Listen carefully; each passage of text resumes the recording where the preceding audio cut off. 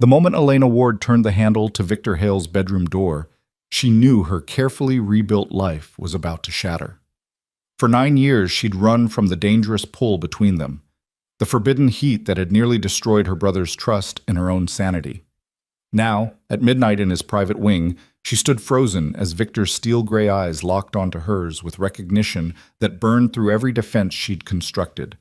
When he reached past her shoulder and turned the lock with a deliberate click, the sound echoed like a verdict. Some doors, once opened, can never be closed again. If you're ready to discover whether love can survive 9 years of restraint, betrayal, and the deadly world of Chicago's underworld, stay with me until the very end. And don't forget to hit that like button and comment with your city so I can see how far Elena and Victor's story reaches across the world. The manila folder trembled slightly in Elena's grip as she navigated the dimly lit corridors of the Hale Estate's East Wing. It was past midnight, the time Lucas had specified when he'd asked her to deliver the quarterly report directly to Victor's private quarters. A simple errand. In and out. No complications. She should have known better. Nothing involving Victor Hale had ever been simple. The East Wing felt different from the rest of the sprawling Chicago mansion, quieter, more intimate, stripped of the cold grandeur that characterized the public spaces where Victor conducted his business. Here, the hardwood floors gleamed beneath subdued lighting, and the air carried the faint scent of expensive cologne mixed with old books and leather. Elena's heels clicked softly against the floor as she approached the double doors at the end of the hallway. "The study," Lucas had said. "Leave it on his desk if he's not there." She'd nodded, relieved at the possibility of avoiding a face-to-face encounter entirely. 3 days back in Chicago, and she'd already seen Victor twice, both times from a careful distance, both times feeling the weight of his attention like a physical touch across crowded rooms. She'd perfected the art of strategic absence over the past 72 hours, accepting her brother's offer to work as his executive assistant while maintaining elaborate schemes to ensure she and Victor occupied different spaces at different times. It had almost worked. Elena paused outside the study doors, pressing her ear close to listen for signs of occupation. Silence. She exhaled slowly, then turned the handle and slipped inside. The study was empty, as hoped.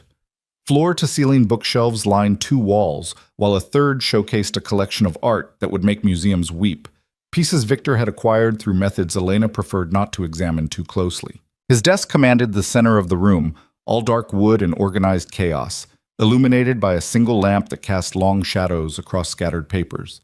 She crossed quickly to the desk, setting the folder down precisely in its center where he couldn't miss it. Mission accomplished. Time to leave. Elena turned toward the exit and froze. She'd entered through the wrong door. What she'd assumed was Victor's study was actually a sitting room. She could see now the subtle differences, the more personal touches, the doorway leading deeper into what could only be his private bedroom. Her pulse quickened as she realized her mistake, even as her treacherous gaze drifted toward that open doorway. Don't look, just leave. But she'd always been terrible at following her own good advice. Through the doorway, she could see the edge of a massive bed, sheets dark and rumpled as though recently vacated. A book lay face down on the nightstand. The soft glow of another lamp suggested someone had just been there, had just stepped away for a moment, might return at any second. Elena's heart hammered against her ribs as she backed toward what she hoped was the exit. Her hand found a door handle. She turned it, pulled, and stepped directly into Victor Hale's bedroom. The actual bedroom, not the sitting room. His most private space, the inner sanctum where no one was permitted without explicit invitation. The place where Chicago's most feared crime boss was supposed to be untouchable, unreachable, safe from intrusion. She'd walked right into it. Elena's breath caught in her throat as she registered her surroundings in one terrible sweep. The enormous bed dominated the space, its dark navy sheets twisted as though someone had left it hastily. Personal items scattered across surfaces, a watch, cufflinks, a glass of whiskey half finished on the dresser. The room smelled like him, that intoxicating combination of danger and discipline that had haunted her dreams for 9 years. Run, now. She spun back toward the door she'd just entered through, her fingers already reaching for the handle when another door, one she hadn't even noticed, swung open across the room. Victor stepped through, a towel wrapped low around his hips and water still glistening on his bare shoulders, from what was clearly a recent shower. His dark hair was damp, pushed back from his face in a way that made him look younger than his 34 years, more vulnerable than she'd ever seen him. They both stopped moving. The distance between them couldn't have been more than 15 feet, but it felt simultaneously like miles and inches. Elena's mind went blank, her carefully prepared excuses evaporating as Victor's gray eyes widened in recognition, then darkened with something far more dangerous than surprise. Elena. Her name came out rough, almost strangled. What are you doing here? Her voice failed completely. She tried again. Lucas sent me. To deliver a report. I thought this was the study. The door was unlocked. I didn't mean to. You're in my bedroom. He said it quietly, stating a fact that needed no emphasis. His gaze swept over her in a way that made her skin burn, taking in her professional pencil skirt and silk blouse, the folder still clutched against her chest like a shield. At midnight. I was leaving. I am leaving. Elena turned back to the door, her hand closing around the cool metal of the handle. That's not the exit. She froze, looking at the door more closely. He was right. It was a closet door, not a hallway exit. Heat flooded her cheeks as she realized just how thoroughly she'd become disoriented. Other side of the room, Victor continued, his voice carrying an edge she couldn't quite identify. Behind you. Elena turned slowly, carefully keeping her gaze away from where he stood in nothing but that towel. She could see the proper exit now, could calculate the exact path she'd need to take to reach it. Except that path would require walking directly past Victor, close enough to touch, close enough to smell the soap on his skin and feel the heat radiating from his body. Some analytical part of her brain noted that he wasn't moving to accommodate her escape. He stood perfectly still in the doorway of what was clearly an ensuite bathroom, watching her with an intensity that made her feel like prey caught in a predator's sights. I should go. She forced the words out, forced her feet to move, one step and then another toward the exit that seemed to grow farther away with each inch she covered. You should, Victor agreed. But then he moved too, not away, but toward her, closing the distance between them with deliberate steps. You've been back for 3 days. It wasn't a question, but Elena answered anyway. Yes. And you've been avoiding me. I've been busy. Don't. The single word cut through her excuse like a blade. Don't insult both of us by pretending you haven't been orchestrating our schedules to ensure we're never in the same room together. You leave meetings 5 minutes before I arrive. You take lunch at odd hours. Yesterday, you actually hid in the ladies' room when you saw me coming down the hallway. Elena's cheeks burned hotter. She hadn't realized he'd noticed that particular tactical retreat. I wasn't hiding. I had to. Why did you come back? Victor cut her off again, and now he was close enough that she could see the water droplets still clinging to his collarbone, close enough that she had to tilt her head back to maintain eye contact. After 9 years, why did you come back to Chicago? Lucas needed help with. Lucas has a staff of 40. Try again. The folder slipped from Elena's fingers, landing on the floor between them with a soft thud that neither of them acknowledged. Her heart was racing so fast she felt dizzy, her carefully constructed defenses crumbling under the weight of his proximity, and the question she'd been asking herself every day since she'd boarded the plane back home. I missed my brother, she said, lifting her chin in defiance. Is that so hard to believe? No. Victor's hand came up, and for one breathless moment Elena thought he might touch her face. Instead, his fingers curled into a fist and dropped back to his side. What's hard to believe is that you'd put yourself through this, through being close to me again, just for Lucas. You don't know what I would do for my brother. I know exactly what you'd do for your brother. Something sharp flashed through Victor's expression, old pain mixing with fresh anger. You'd leave behind everything you wanted. You'd build a life 2,000 miles away. You'd stay gone for 9 years without a single visit, without a single phone call that wasn't carefully scheduled when you knew I wouldn't be around. Victor, you'd sacrifice your own happiness to keep his trust. He took another step closer, close enough now that Elena could feel the heat of his skin, could see the way his jaw clenched with restraint. So I'll ask you again, Elena, why did you really come back? the truth lodged in her throat, too dangerous to voice, too persistent to swallow. Because I couldn't stay away anymore.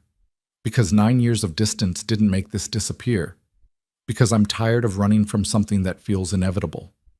It doesn't matter, she whispered instead. Nothing has changed. Lucas trusts you with his business. He trusts you with his life. But he made it clear 9 years ago what would happen if we ever what? Victor's voice dropped to something barely above a whisper, rough and raw and utterly compelling. Say it, Elena. Finish the sentence. You know what? I want to hear you say it. Elena's breath came faster as she met his gaze, those steel gray eyes that had haunted her across years and miles and countless attempts to forget. If we ever crossed the line, if we ever acted on this, she gestured helplessly between them, unable to name the thing that had been simmering for nearly a decade. He would never forgive either of us. You'd lose your best friend and second in command. I'd lose my brother. And what about what you'd gain? The question hung between them, heavy with implication and promise and threat all woven together. Elena shook her head, stepping back even as every cell in her body screamed at her to step forward instead. There's nothing to gain, she said, hating how her voice shook. Just everything to lose. Victor laughed, but there was no humor in it. You really believe that? After all this time, you still think this? He moved suddenly, closing the distance she'd created until they were nearly chest to chest. Is nothing? I didn't say it was nothing. Elena's back hit the wall she hadn't realized was behind her, trapping her between expensive wallpaper and Victor's overwhelming presence. I said there's nothing to gain from acting on it. Liar. The word should have offended her. Instead, it sent electricity racing down her spine, igniting nerves she'd thought she'd successfully numbed over 9 years of deliberate distance. You need to let me leave. She tried to sound firm, commanding, in control. Instead, she sounded breathless and desperate and utterly unconvincing. The door's unlocked. Victor braced one hand against the wall beside her head, his body creating a cage she could easily escape if she wanted to. They both knew she didn't want to. You can walk out any time. Then why aren't you moving? Because maybe I'm tired of being the only one who exercises restraint. His free hand came up, fingers threading through her dark hair, in a gesture so achingly familiar that Elena's eyes fluttered closed, despite every instinct screaming at her to maintain her guard. Maybe I'm tired of watching you pretend this doesn't exist. That we don't exist. We don't exist, Elena forced out, even as she felt herself leaning into his touch like a flower seeking sunlight after a long winter. We never existed. We were just a moment. A mistake that almost happened. A mistake. Victor's thumb brushed against her cheekbone, tracing the bone structure with reverence that contradicted his harsh tone. Is that what you call it? The best thing that almost happened to both of us? The worst thing. But her hands betrayed her, coming up to rest against his bare chest where she could feel his heart racing as fast as her own. It would have destroyed everything. It already destroyed everything. His forehead dropped to rest against hers, their breath mingling in the minimal space between their mouths. Do you have any idea what the last 9 years have been like? Do you know how many times I've picked up the phone to call you, only to remember that you left specifically to get away from me? Not from you. The confession escaped before she could stop it. From this, from wanting something I couldn't have. And now? Victor's voice had gone dangerously soft, his thumb still tracing patterns on her skin that made coherent thought nearly impossible. Now that you're back, now that we're here in my bedroom at midnight with no one to interrupt us, no one to save us from ourselves, what do you want now? Elena opened her eyes to find him staring at her with an intensity that stole what little remained of her breath. This close, she could see the faint scar above his left eyebrow from a fight when he was 17. Could count the different shades of gray in his eyes, slate and steel and storm clouds all woven together. Could trace the sharp line of his jaw and the way his pulse hammered in his throat, visible proof that he was just as affected as she was. I want... The word stuck, too honest and too dangerous. She tried again. I want what I've always wanted, for this to not matter, for the wanting to stop. That's not going to happen. I know. The admission seemed to break something in both of them. Victor's hand tightened in her hair, tilting her head back further, and Elena's fingers curled against his chest, nails digging into skin she'd dreamed about touching for far too long. "Tell me to leave," she whispered. "Tell me to walk out that door and never come back." "No. Victor, 9 years ago, I let you go because Lucas asked me to." Because you were 21 and I was 25, and it seemed like the right thing to do. Give you space to grow up, to build a life, to figure out what you wanted without my influence. His voice had gone rough with emotion, each word seeming to cost him something. I told myself it was temporary, that you'd come back when you were ready, when enough time had passed that Lucas would understand. I waited, Elena. I stayed out of relationships that meant anything. I kept myself available for a future that you seemed determined never to let happen. That's not fair. Nothing about this is fair. His thumb traced her lower lip, and Elena's breath hitched audibly.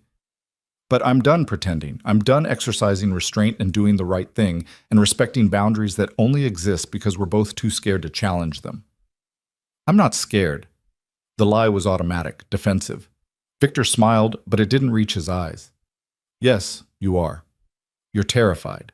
Of this? Of me. Of what happens if we stop fighting and just let ourselves feel what we've been feeling since you were 19 years old and looked at me across a crowded room like I was the answer to a question you'd been too afraid to ask.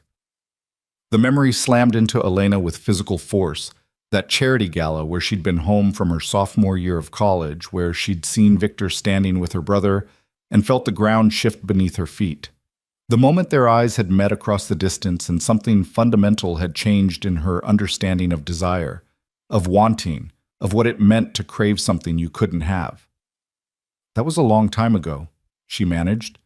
It was 9 years ago, and nothing has changed except that we're both older now, both supposedly wiser, both supposedly better at controlling ourselves.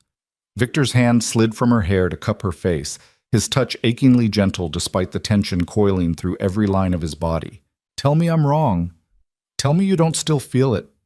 Elena knew she should lie, should protect them both from the consequences of honesty, should retreat behind the walls she'd spent 9 years constructing specifically to defend against this moment.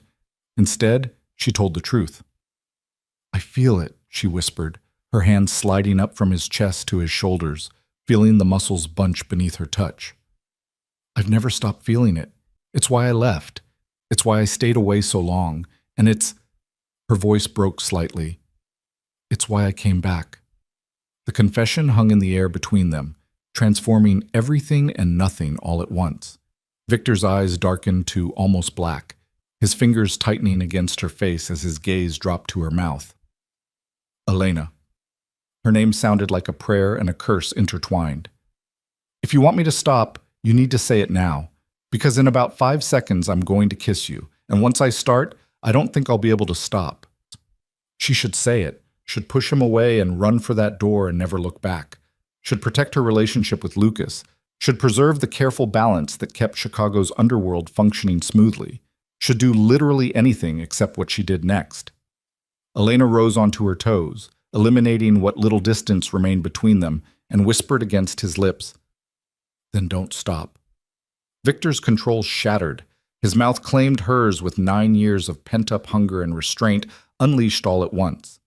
There was nothing gentle about it, nothing tentative or exploratory. This was desperation given physical form, want transformed into action, the culmination of nearly a decade of denial finally breaking free. Elena gasped against his mouth, and Victor took advantage, deepening the kiss until she couldn't tell where she ended and he began. His hands were in her hair, on her face, sliding down to her waist to pull her flush against him. Her own hands traced the muscled planes of his back, mapping territory she'd only imagined, discovering that reality was so much better than fantasy.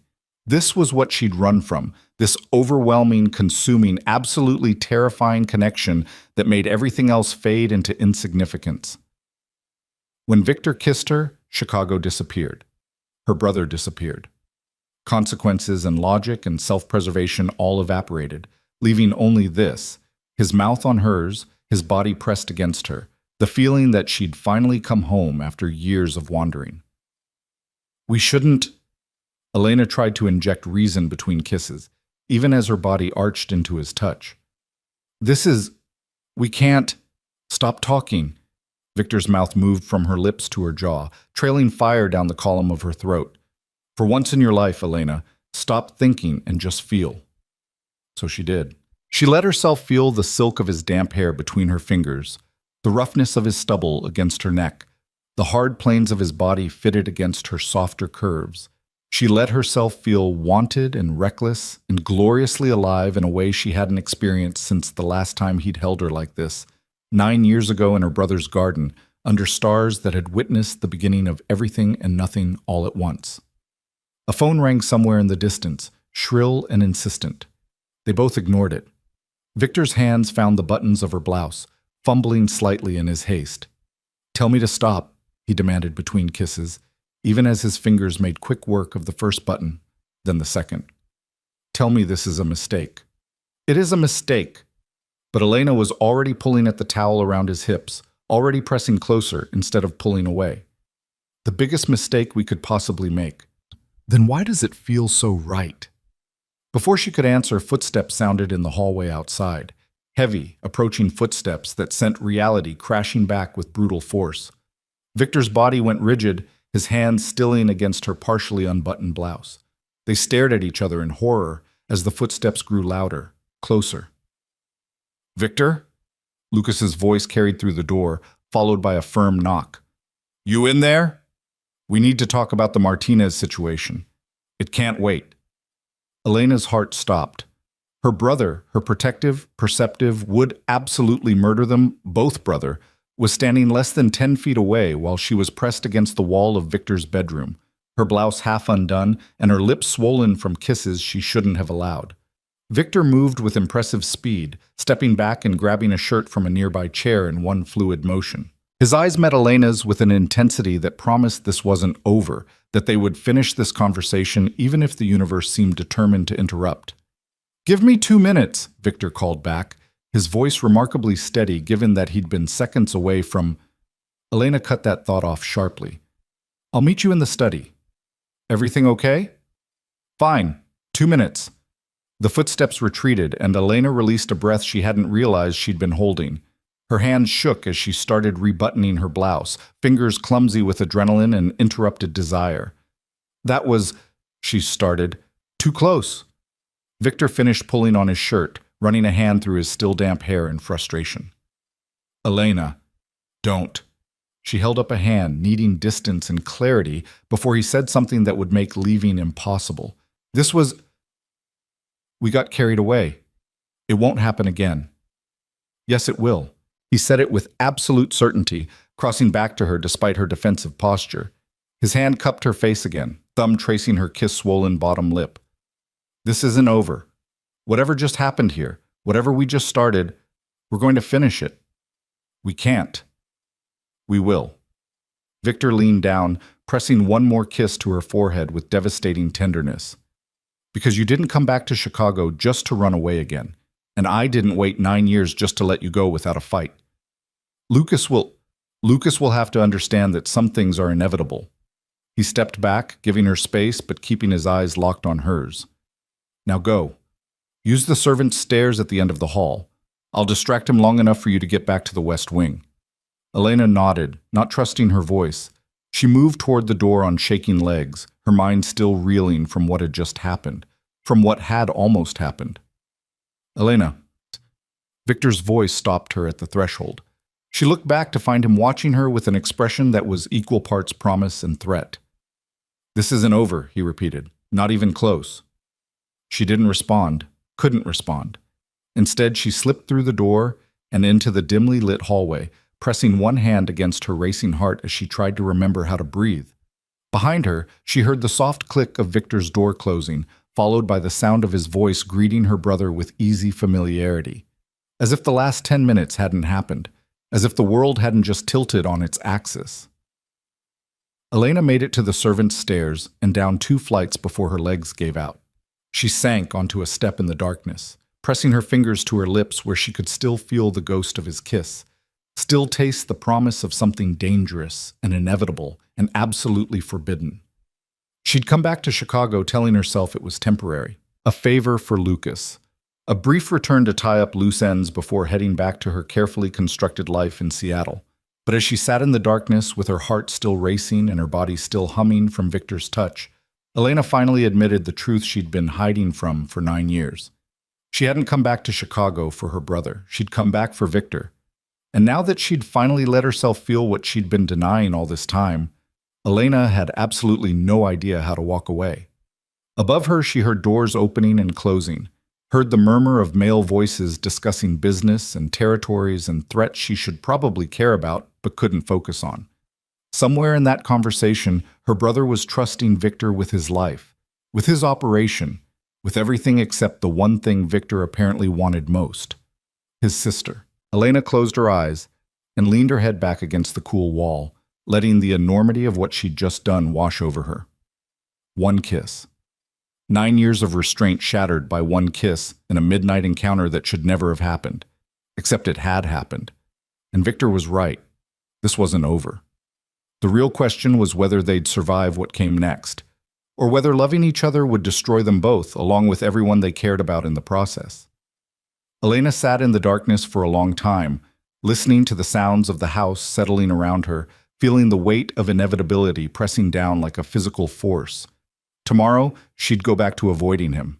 Tomorrow, she'd resurrect her defenses and rebuild her walls and pretend that tonight had been an aberration, a moment of weakness that wouldn't be repeated. But tonight, alone in the servants' stairwell of a mansion that had never felt like home until Victor had pressed her against his bedroom wall and kissed her like she was air and he was drowning.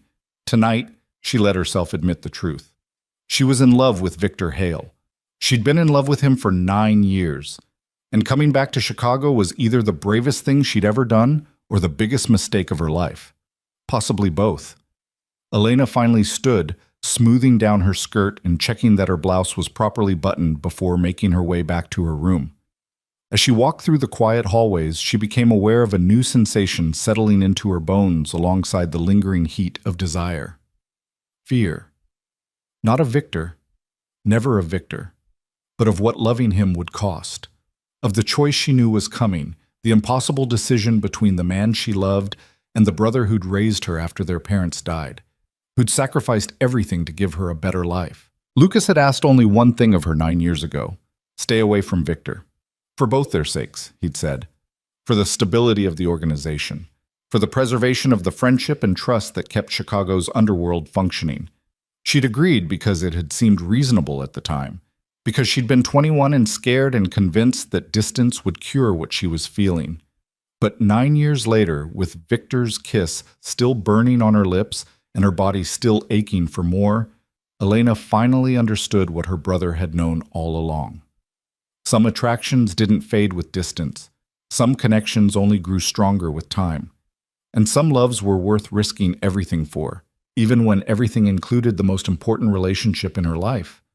The question was whether she was brave enough to take that risk, or whether fear would win, sending her running back to Seattle and another 9 years of pretending she could survive without the one man who'd ever made her feel completely, terrifyingly alive. Elena reached her room and locked the door behind her, leaning against it as exhaustion finally caught up with adrenaline. Through her window, she could see the lights of Chicago stretching out in all directions, beautiful and dangerous and full of possibility. Somewhere in this massive house, Victor was finishing his meeting with her brother, probably discussing logistics and territories and problems that needed solving. Was he thinking about her? Was he replaying those moments in his bedroom, analyzing every kiss and touch and whispered confession? Or had he already moved on, chalking it up to inevitable weakness before retreating back into the careful control he'd maintained for 9 years? Elena's phone buzzed with a text message. Her hand shook slightly as she pulled it from her pocket, breath-catching when she saw Victor's name on the screen. "We need to talk. Tomorrow. No more running." 3 sentences that changed everything and nothing. Elena stared at the message for a long moment before typing her response. "I don't run." His reply came within seconds. "Liar. But I'll prove it tomorrow. Sleep well, Elena. If you can." She threw her phone onto the bed and pressed both hands against her face, torn between laughing and crying and screaming in frustration. That insufferable, arrogant, absolutely correct man. Of course she wouldn't sleep. How could she sleep when her entire carefully ordered world had just imploded? But as Elena finally changed into pajamas and climbed into bed, staring at the ceiling while her mind refused to quiet, she couldn't quite suppress the small smile that curved her lips. Tomorrow, they would talk. Tomorrow, decisions would be made.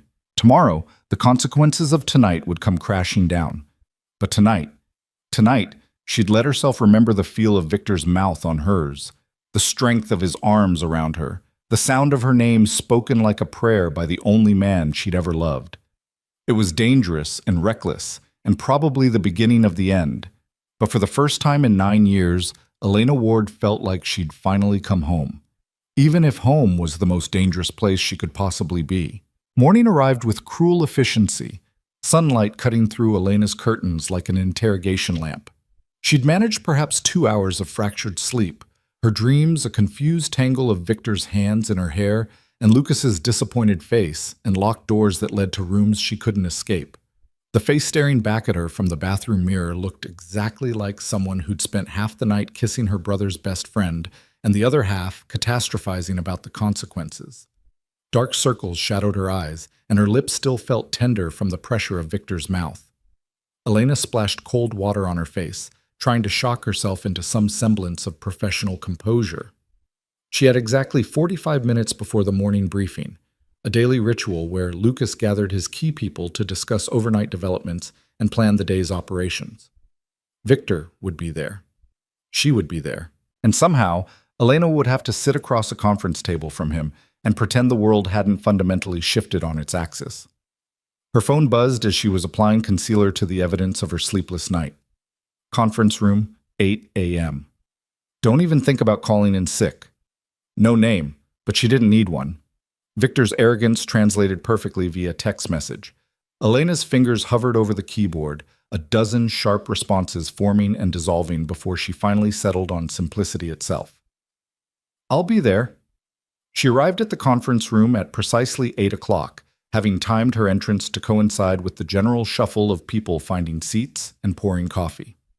Strategic camouflage among the crowd. Lucas stood at the head of the long mahogany table, reviewing notes on his tablet while his assembled team settled into their usual positions. Elena scanned the room quickly, cataloging exits and potential allies, and there, Victor sat 3 chairs down from Lucas on the right side, looking infuriatingly well-rested in a charcoal suit that probably cost more than her first car. His attention appeared focused entirely on his own phone, scrolling through messages with the kind of casual disinterest that might have fooled anyone who didn't know him as well as Elena did. But she saw the tension in his shoulders, the slight tightness around his mouth. He was as aware of her presence as she was of his, even without looking up. Elena, good morning. Lucas smiled at her with genuine warmth, gesturing to an empty chair. Coffee's fresh if you need it. You look tired. Couldn't sleep, she said truthfully, sliding into the indicated seat, which happened to be directly across from Victor. Of course it was. The universe apparently had a twisted sense of humor. New city sounds, I guess. You lived here for 21 years, Lucas pointed out with brotherly amusement. Pretty sure you know all the sounds already. Maybe I forgot. Elena reached for the coffee carafe, concentrating on the simple mechanics of pouring and adding cream to avoid looking at the man across from her. Funny how we forget things when we're away too long, Victor said quietly, his first words since she'd entered the room, and how clearly we remember others. Elena's hand jerked slightly, sending a small splash of coffee over the rim of her cup. She grabbed a napkin, blotting at the spill while fury and embarrassment warred in her chest. He was baiting her, in front of everyone, in front of Lucas. Memories can be unreliable, she replied coolly, finally meeting his gaze across the polished wood. We tend to romanticize the past, make it better or worse than it actually was. I don't romanticize. Victor's gray eyes held hers with an intensity that made it difficult to breathe. I remember exactly how things were. Every detail. Every moment. The air between them thickened with tension that had nothing to do with the business meeting about to commence. Elena became hyper-aware of the other people in the room. Marcus, Lucas's head of security, reviewing something on his laptop. Jennifer, the logistics coordinator, scrolling through her phone. Two junior associates whose names Elena hadn't yet learned, looking bored and slightly hungover. No one seemed to notice the silent war being waged across the conference table. "All right, everyone." Lucas clapped his hands once, drawing attention to the front of the room. "Let's get started. We've got a lot to cover this morning." The meeting proceeded with professional efficiency as Lucas outlined overnight developments in their various operations. Shipments that needed rerouting, a territorial dispute on the south side that required delicate negotiation, intelligence suggesting the Martinez family was making moves that warranted closer monitoring. Elena tried to focus on the information, taking notes and asking relevant questions when appropriate. But her attention kept drifting across the table where Victor sat, contributing his own observations with the kind of strategic brilliance that had made him invaluable to Lucas's organization. She'd forgotten this about him. Or maybe she'd forced herself to forget. How his mind worked like a chess master's, always seeing 3 moves ahead, anticipating problems before they materialized and proposing solutions that seemed obvious only after he'd articulated them. "What do you think, Elena?" Lucas's question snapped her back to full attention. "I'm sorry, what?" Her brother raised an eyebrow, clearly surprised by her inattention. "The Martinez situation. You worked on some analysis of their trafficking routes last year in Seattle. Any insights on their probable next moves?" Heat crept up Elena's neck as she felt every eye in the room turn toward her, including Victor's knowing gaze. She scrambled to reconstruct the last 5 minutes of conversation she'd only half heard, pulling from memory of work she'd done months ago. "The Martinez family operates on a quarterly expansion model," she said, hoping her voice sounded more confident than she felt. "If they're making moves now in January, it means they're positioning for spring implementation. They'll want supply lines established before the weather improves and transportation becomes easier." "Which means," Lucas prompted, "which means they're vulnerable right now." Elena warmed to the analysis, her professional expertise overriding personal distraction. "They're overextended, committing resources to infrastructure before they have the operational capacity to defend it. If you wanted to apply pressure, the next 6 weeks would be optimal timing." Lucas nodded slowly, clearly considering this angle. "Victor, what do you think?" "I think your sister is exactly right." Victor's voice carried an edge of something that might have been pride or challenge or both. "The Martinez family has always been aggressive in expansion, but sloppy in consolidation. They build first and defend second. It's a critical weakness we'd be foolish not to exploit." "Agreed." Lucas made a note on his tablet. "Marcus, I want surveillance increased on their new acquisition points. Jennifer, start mapping alternative supply routes in case they retaliate by disrupting our current channels. Victor, I'll reach out to our contacts in their organization," Victor finished. "See if anyone's unhappy enough with the aggressive timeline to provide useful intelligence." The meeting continued for another 40 minutes, covering territory disputes and financial projections and personnel issues that required Lucas's final approval. Through it all, Elena maintained rigid professional composure, contributing when asked and staying silent when not, all while desperately aware of Victor's presence across the table. He wasn't looking at her anymore, at least not obviously, but she could feel his attention like a physical weight, could sense him tracking her every movement and word with the same intensity he'd shown last night when his hands had been in her hair and his mouth had been claiming hers. When Lucas finally dismissed everyone, Elena gathered her notes with perhaps more haste than strictly necessary, already planning her escape route. "Elena, hang back a minute," Lucas said casually, destroying that plan entirely. "I want to talk to you about something." Her stomach dropped. He knew. Somehow he'd figured it out. Maybe he'd seen something in how she and Victor had looked at each other. Maybe... "The rest of you, out," Lucas continued, and the room emptied quickly. Everyone except Victor, who remained in his seat, watching Elena with unreadable eyes. "You too, Vic." Victor didn't move. "This involves me." "No, it doesn't." "Lucas, out."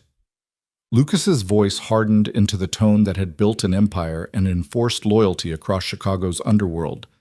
"I need to talk to my sister, alone. For a long moment, Victor stayed perfectly still, tension radiating from every line of his body.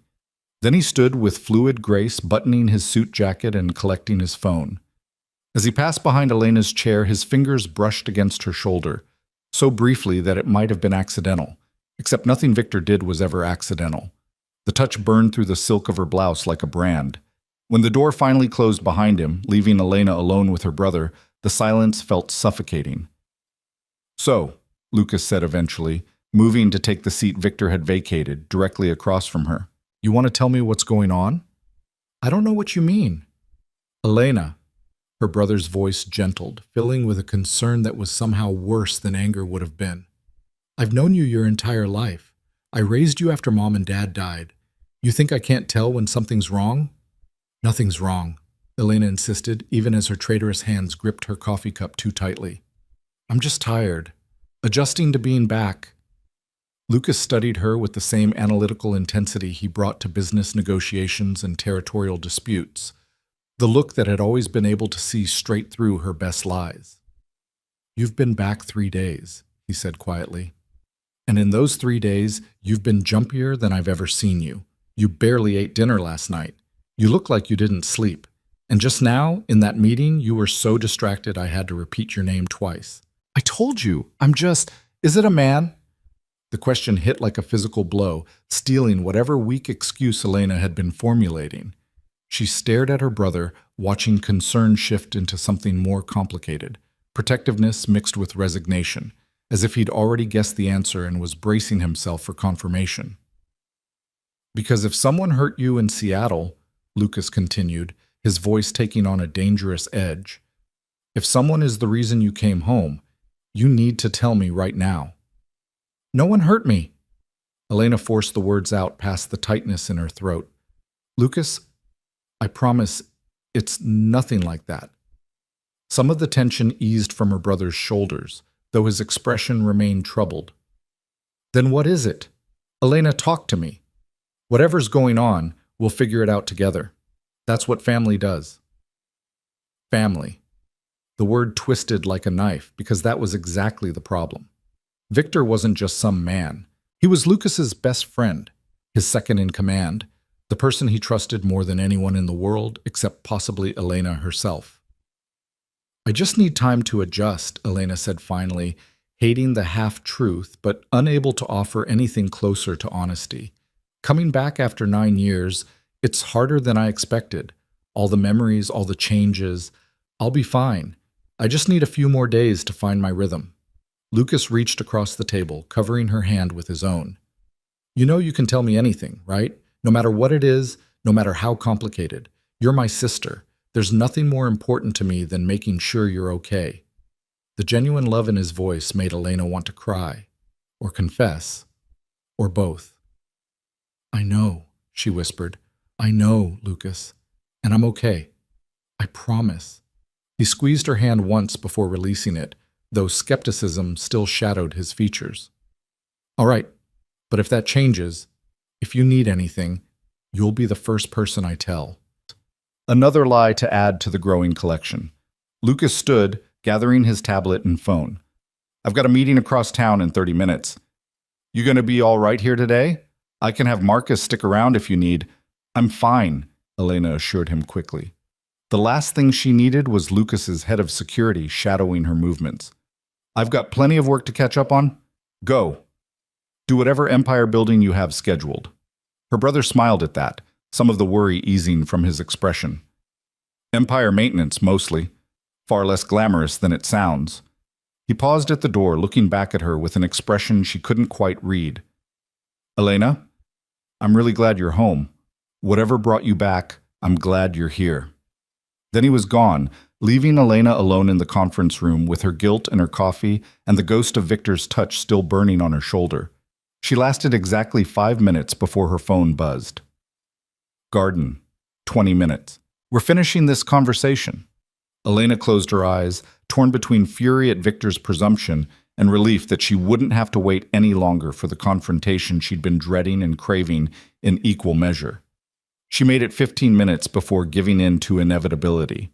The garden occupied a surprisingly large portion of the estate's grounds, a carefully manicured space of winding paths and strategic plantings that provided both beauty and privacy. In summer, it would be spectacular. In January, it was stark and skeletal, branches bare against a gray sky that threatened snow. Elena found Victor standing near the far edge, where an ornate gazebo overlooked the frost-covered lawn. He'd shed his suit jacket despite the cold, standing in just shirt sleeves and vest, looking like some modern prince surveying his kingdom. He turned as she approached, and the expression on his face stole what little remained of her composure, raw hunger, mixed with frustration and something that looked dangerously like hope. "You're late," he said. "You're presumptuous." Elena stopped a careful distance away, maintaining space between them even as every cell in her body screamed to close it. "You don't get to summon me like I'm one of your subordinates, Victor." "No?" He moved toward her with predatory grace, erasing the distance she'd established. "Then how should I treat you, Elena? Like a colleague? Like my best friend's sister? Like the woman who was in my bedroom last night with her hands on my skin and her mouth on mine?" "Stop." The word came out breathless rather than commanding. "We can't. This can't happen." "Why not?" "You know why not. Lucas would never forgive either of us. Your friendship, your partnership, everything you've built together would be destroyed." Victor laughed, but there was no humor in it. "You think I don't know that? You think I haven't spent 9 years weighing exactly what I'd lose if I pursued this?" He was close enough now that Elena could see the fine lines around his eyes, evidence of sleepless nights that matched her own. "I know the cost, Elena. I've calculated it 1,000 different ways, and I've finally accepted that some things are worth the price." "Easy for you to say." Anger flared in Elena's chest, hot and defensive and entirely necessary to combat the treacherous hope his words sparked. "Lucas is your friend, your business partner, but he's my brother. The person who raised me, who sacrificed everything to give me a chance at a normal life. How am I supposed to look him in the eye and tell him I'm in love with the one man he specifically asked me to stay away from?" The confession escaped before she could stop it, hanging in the cold air between them like a visible thing. Victor went absolutely still. "Say that again." "Don't!" "Say it again, Elena." He closed the final distance between them, his hands coming up to frame her face with devastating gentleness. "Tell me what you just admitted." "It doesn't matter what I feel." Elena tried to step back, but Victor's hold remained firm without being forceful, a cage she could escape if she really wanted to. They both knew she didn't want to. "Feelings don't change reality. They don't change what this would cost." "You love me." Victor said it like a man confirming a miracle, his gray eyes searching hers with an intensity that made it impossible to look away. "After 9 years, after all that distance, after everything you did to try to kill this, you still love me?" "I never stopped loving you." The admission tore from somewhere deep in her chest, 9 years of denial finally breaking free. "That's the problem, Victor. I tried. I dated other men. I built a whole life in Seattle. I convinced myself that time and distance would cure this, but it didn't. It never did." "Then why did you stay away so long?" "Because loving you from 2,000 miles away was bearable." Elena's voice cracked slightly, tears she'd been fighting for days finally breaking free. "Missing you, wanting you, dreaming about you. I could survive that as long as I didn't have to see you, as long as I didn't have to face what I was giving up every single day." Victor's thumb brushed away a tear tracking down her cheek, his touch achingly tender. "And now? Now that you're here, now that you know I feel the same way, what's bearable now?" "Nothing." The word came out as barely more than a whisper. "Being near you and not touching you, sitting across from you in meetings and pretending you're just another colleague, watching you and knowing that wanting you means losing Lucas. None of it's bearable. It's torture." "Then stop torturing us both." Victor leaned his forehead against hers, their breath mingling in the space between their mouths. "Stop fighting this like it's something we can control or overcome. It's been 9 years, Elena. If this was going to fade, don't you think it would have happened by now?" What are you suggesting? That we just act on this and deal with the consequences later? Elena forced herself to pull back slightly, needing to see his face clearly. That we destroy your friendship with Lucas because we can't control ourselves? I'm suggesting we stop letting fear make our decisions. Victor's hand slid from her face to her shoulders, holding her steady when she would have retreated further. I'm suggesting that maybe, just maybe, Lucas will understand if we're honest with him. If we show him this is real, that we're serious about each other. You don't know him like I do. Elena shook her head, fresh tears spilling over despite her best efforts to contain them. You didn't see his face 9 years ago when he figured out what was developing between us. He wasn't just disappointed, Victor. He was terrified.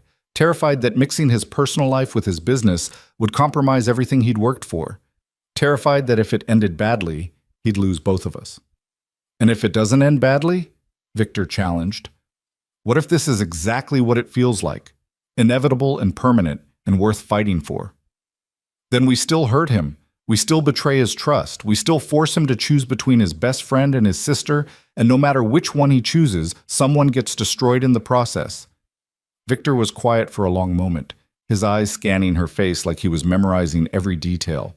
When he finally spoke, his voice was rough with emotion. So what's your solution? We just pretend last night didn't happen? Go back to avoiding each other and maintaining polite distance while we both slowly die inside? I don't have a solution. Elena pressed the heels of her hands against her eyes, trying to stop the tears that kept coming. I don't know how to fix this. I don't know how to choose between the two most important people in my life. You shouldn't have to choose. But I do. She dropped her hands, meeting his gaze with all the hopeless love she'd been hiding for 9 years laid bare in her expression. And that's what makes this impossible. Victor pulled her against his chest suddenly, wrapping his arms around her with fierce protectiveness. Elena should have resisted, should have maintained the distance she'd been fighting for. Instead, she melted into his embrace, pressing her face against his shirt and breathing in the scent of him, expensive cologne and coffee, and something indefinably Victor that had haunted her dreams for years. I won't push you, he murmured against her hair. I won't force you into a position where you have to choose. But Elena, I need you to understand something. He pulled back just enough to tilt her face up toward his. I'm not going anywhere. I'm not giving up on this. On us. I waited 9 years, and I'll wait 90 more if that's what it takes. But I'm not pretending anymore. I can't. Victor, I love you. The declaration fell into the space between them with the weight of absolute truth. I've loved you since you were 19 years old and looked at me across that ballroom like I'd hung the stars. I've loved you through every day of the last 9 years, through every woman I dated trying to forget you, through every night I dreamed about what might have been if we'd been brave enough to fight for this. Elena's breath caught in her chest, her heart simultaneously soaring and breaking at his confession. So here's what's going to happen, Victor continued, his voice steady despite the emotion flickering across his features. I'm going to give you time, space, whatever you need to figure out what you want, but I'm also going to be honest with you, with myself, and eventually with Lucas if it comes to that, because I'm done hiding. I'm done pretending this doesn't matter. And if I can't, Elena's voice broke. If I can't find a way to make this work without destroying everything, then I'll accept that. Victor's thumb traced her jawline with heartbreaking tenderness. I'll respect your choice, but I need you to make that choice knowing the full truth, that I love you, that I want you, and that there's nothing I wouldn't give up for a chance at a real future together. Even your friendship with Lucas? The question hung between them, heavy with implication. Victor's jaw tightened, pain flashing through his eyes before being replaced by iron determination. Even that, if it came down to choosing between his friendship and a life with you, Elena, there's no contest. There never has been. Before Elena could respond, before she could process the enormity of what he was offering to sacrifice, voices drifted across the garden, laughter and conversation drawing closer. They sprang apart like guilty teenagers, Victor running a hand through his hair, while Elena frantically wiped at her tear-stained cheeks. 2 junior associates rounded the corner of the path, deep in discussion about something Elena couldn't focus on through the pounding of her heart. The men nodded politely as they passed, their attention too focused on their conversation to notice the tension crackling in the air. When they'd moved out of earshot, Elena turned back to Victor, finding him watching her with an expression that made her knees weak. "This conversation isn't over," he said quietly. "I know, but you need time." "Yes," Victor nodded slowly, accepting her answer even as frustration shadowed his features. "Then take it." "But Elena?" He waited until she met his eyes. "Don't take 9 more years, because I don't think either of us can survive that again." He walked away before she could respond, his silhouette growing smaller against the gray winter sky until he disappeared entirely, leaving Elena alone in the garden where this had all begun so many years ago. She sank onto the gazebo bench, her legs suddenly unable to support her weight. Around her, the skeletal branches swayed in the cold wind, and somewhere in the distance she could hear the sounds of the estate going about its daily business, cars coming and going, voices calling instructions, the ordinary rhythms of a criminal empire disguised as a legitimate enterprise. Elena closed her eyes, pressing one hand against her chest where her heart still raced from Victor's proximity, from his confession, from the impossible weight of loving someone you couldn't have without destroying everything else you held dear. She'd thought coming back to Chicago would provide clarity, would help her understand whether what she'd felt for Victor had been real or simply the product of proximity and forbidden attraction, and youth's tendency to romanticize the unattainable. Instead, she'd discovered that 9 years had only intensified everything: the wanting, the loving, the impossible certainty that Victor Hale was the only man she'd ever won in quite this way, completely, desperately, with the kind of consuming passion that made everything else fade into insignificance. But certainty didn't solve anything. It didn't change the fundamental equation. Choosing Victor meant losing Lucas, and losing Lucas meant destroying the family bond that had defined her entire life. Elena's phone buzzed in her pocket. She pulled it out with shaking hands, half expecting another message from Victor. Instead, it was Lucas. "Dinner tonight? Just the two of us. Want to hear about Seattle, about your plans while you're here. Miss hanging out with my little sister." Fresh tears spilled down Elena's cheeks as she typed her response. "Of course. I'd love that." Because she would. Because despite everything, despite the impossible situation she'd walked into, Lucas was still her brother, still the person who'd sacrificed his own youth to raise her, still the most important relationship in her life. Except he wasn't. Not anymore. Victor had become that. Somewhere over 9 years of distance and denial and desperate attempts to convince herself that first love could be overcome, Victor Hale had become the most important person in her world. And Elena had absolutely no idea how to reconcile those two truths without someone getting destroyed in the process. The gala was everything Elena had been dreading. 300 of Chicago's elite packed into the Intercontinental Ballroom, champagne flowing like water, and Victor Hale standing near the bar in a tuxedo that should have been illegal. She'd spent the past 2 weeks perfecting the art of controlled distance, polite nods across conference rooms, brief professional exchanges when business demanded it, careful orchestration to ensure they were never alone together, never close enough for him to repeat his garden confession or for her to admit how much those words had undone her. It was torture of the slowest, most exquisite kind. Tonight, however, offered no escape routes. Lucas had insisted both she and Victor attend this charity event, some cancer research foundation that several of their legitimate business partners supported. Declining would have raised questions neither of them could afford to answer. So Elena had armed herself with a midnight blue gown that hugged every curve before flowing to the floor in elegant waves, had styled her dark hair into an intricate updo that took 45 minutes to perfect, and had walked into the ballroom with her head high and her heart hammering against her ribs. That had been 2 hours ago. She'd spent the intervening time being introduced to what felt like every wealthy socialite in Chicago, making small talk about her years in Seattle, deflecting questions about whether she planned to stay, all while hyper-aware of exactly where Victor was in the room at any given moment. He was dancing now with Isabel Morrison, daughter of one of Lucas's investment partners, a willowy blonde who laughed at something Victor said while pressing unnecessarily close. Elena told herself the jealousy burning through her chest was ridiculous, unjustified. She had no claim on him, had made it abundantly clear that pursuing anything between them was impossible. That didn't stop her from wanting to cross the ballroom and remove Isabel's perfectly manicured hand from Victor's shoulder. "You're staring." Lucas appeared at her elbow, holding 2 champagne flutes and wearing an expression of brotherly amusement. "Try to be less obvious about it." Elena's stomach dropped. as she tore her gaze away from the dance floor.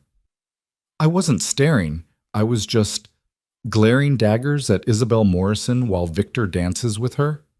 Lucas handed her one of the glasses, his smile sharpening slightly. Elena, I've seen that look before. Usually right before you systematically destroyed whatever toy I'd been playing with that you decided should be yours instead. I was 6 years old. You were territorial. Lucas took a sip of his champagne, his attention drifting to where Victor and Isabel swayed to the orchestra's rendition of something classical and romantic. Some things don't change, I guess. Elena's pulse quickened, fear spiking through the jealousy. Did he know? Had he figured it out despite all her careful avoidance? I don't know what you mean. Don't you? Her brother's voice had lost its teasing edge, replaced by something more serious. Elena, you've been home for 2 weeks. In that time, you've been jumpy, distracted, and clearly avoiding someone. I'm not an idiot. I know the signs. Lucas, is it Victor? The question landed like a physical blow, stealing Elena's breath and confirming her worst fear. He knew. Somehow, he'd figured it out, and now everything was about to implode. I don't... She couldn't finish the sentence, couldn't form a coherent lie under the weight of her brother's knowing gaze. Lucas sighed, setting his champagne glass down on a nearby table. I'm going to ask you something, and I need you to be honest with me. Did something happen between you two while you were in Seattle? Is that why you came back? What? No. That, at least, was completely true. Lucas, I haven't seen Victor in 9 years, not once. I promised you I'd stay away, and I did. Some of the tension eased from her brother's shoulders, though concern still shadowed his features. Then what's going on? Because the way you two have been dancing around each other, the tension whenever you're in the same room, Elena, it's like watching a bomb waiting to explode. There's nothing going on, Elena insisted, hating the lie but unable to offer truth that would destroy them all. I think maybe it's just weird being back, seeing him again after so long. It brings up old feelings that I thought I'd dealt with. Old feelings that include wanting to murder any woman who gets too close to him. Elena flushed, caught in her own transparent jealousy. It's not like that. Isn't it? Lucas studied her with the analytical intensity he usually reserved for business negotiations. Elena, I'm going to be straight with you. I asked you to keep your distance from Victor 9 years ago for specific reasons.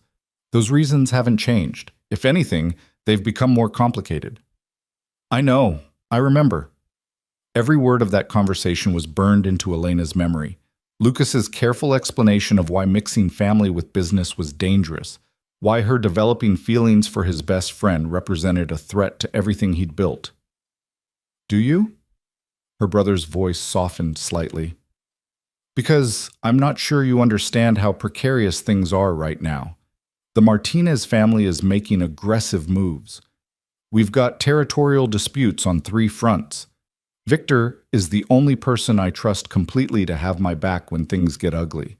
I need him focused, undistracted, and Elena, you are the most beautiful distraction I can imagine. The compliment, delivered with brotherly affection, somehow made everything worse. Lucas, I'm not trying to distract anyone.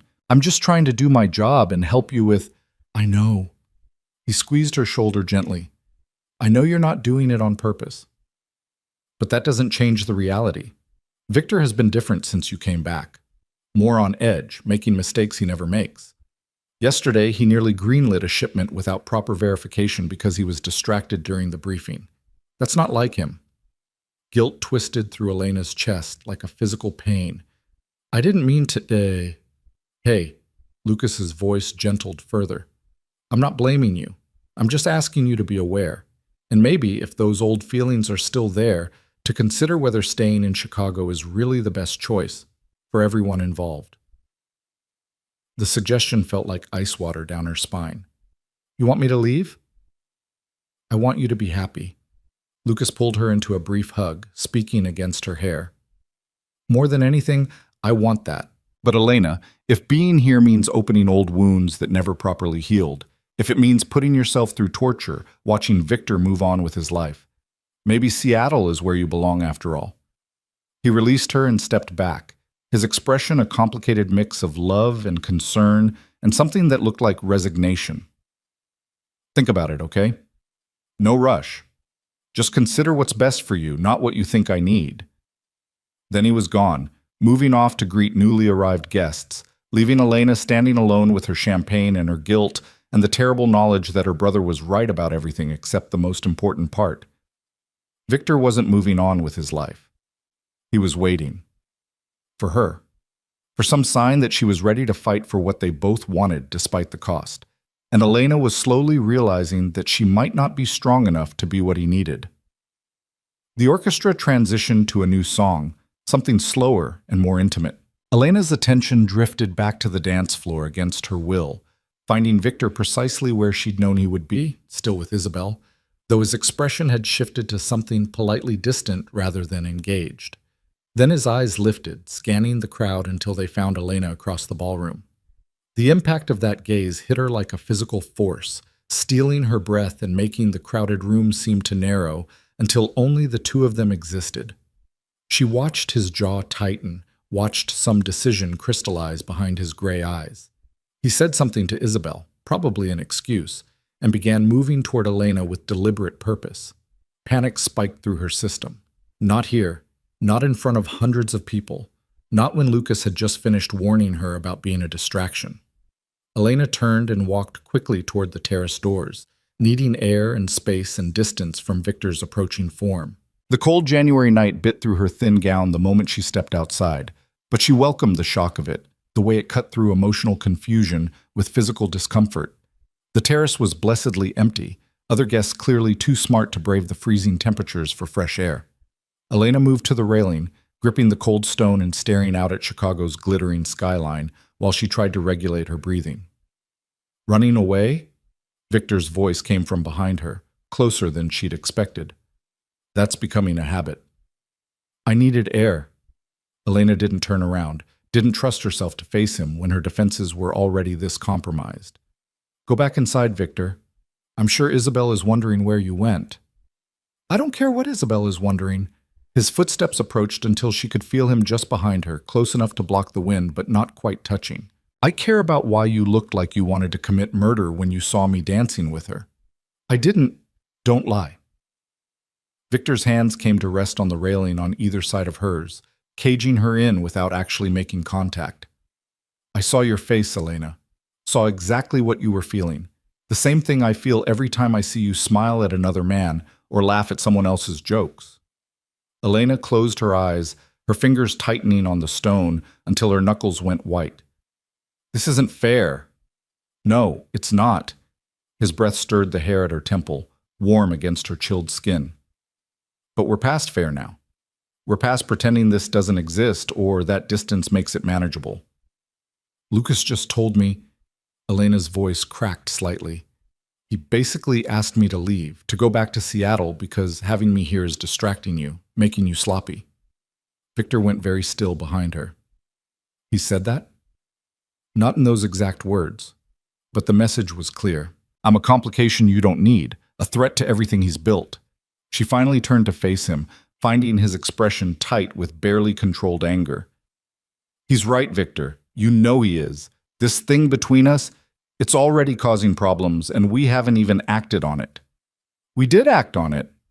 Victor's hand came up to cup her face, his thumb tracing her cheekbone with devastating gentleness. 2 weeks ago in my bedroom, and in the garden when I told you I loved you. We've been acting on it every time we look at each other, every time we pretend we can stay away. Those were mistakes. No. The word came out sharp, definitive. They were the only honest moments we've had in 9 years. Everything else, the distance, the avoidance, the careful professionalism, that's the mistake. Elena shook her head, even as she leaned into his touch like a flower seeking sunlight. Victor, I can't. Marcus Daniels, a voice called from the terrace doors. Elena and Victor sprang apart as a middle-aged man in an expensive suit approached, his expression friendly but curious. Thought that was you out here. And Victor, hail, as I live and breathe. Don't you two know it's freezing? Marcus. Victor's voice had smoothed into professional courtesy so quickly that Elena might have believed she'd imagined the raw emotion of seconds before. Good to see you. Elena, this is Marcus Daniels. He handles security consultation for several of our partners. Marcus, Elena Ward, Lucas's sister. A pleasure. Marcus shook her hand with genuine warmth. Lucas mentioned you'd come back to town. How are you finding Chicago after your time away? Cold, Elena managed, grateful for the excuse her shivering provided. I'd forgotten how brutal January can be. Marcus laughed. That's what you get for abandoning us for the Pacific Northwest. Though I have to say, Victor here seems to be handling the cold just fine, barely even wearing a coat. I run hot. Victor's eyes met Elena's briefly, and the double meaning in his words sent heat flooding through her despite the temperature. Well, I'll let you two get back inside before you turn into ice sculptures. Marcus clapped Victor on the shoulder. Victor, we should grab lunch next week. I've got some ideas about the new security protocols you mentioned. Sounds good. Call Jennifer to set it up. When Marcus had disappeared back into the ballroom, Elena and Victor stood in loaded silence, the conversation they'd been having hanging unfinished between them. We should go back in, Elena said finally. People will notice if we're both gone too long. Let them notice. But Victor stepped back, creating necessary distance even as everything in his expression argued against it. Elena, this conversation isn't… I know.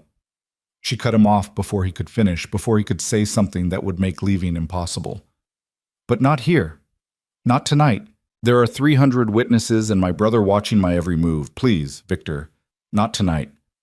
For a long moment, she thought he might argue, might push until she either gave in completely or broke down entirely. Instead, he nodded slowly, defeat and frustration warring across his features. 1 week, he said quietly. I'm giving you 1 more week to figure out what you want, to decide if you're brave enough to fight for this, or if you're going to run back to Seattle and spend another 9 years pretending you can live without me. And if I choose Seattle? Victor's jaw clenched, pain flashing through his eyes before being replaced by iron determination. Then I'll respect your decision. But Elena, make sure it's actually your decision, not Lucas's fear, not your guilt, not your worry about what people will think. If you walk away from this, from us, make sure it's because you genuinely don't want me enough to fight for it.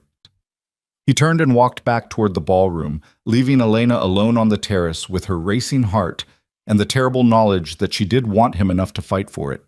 She just wasn't sure she was strong enough to survive the war that fighting would require.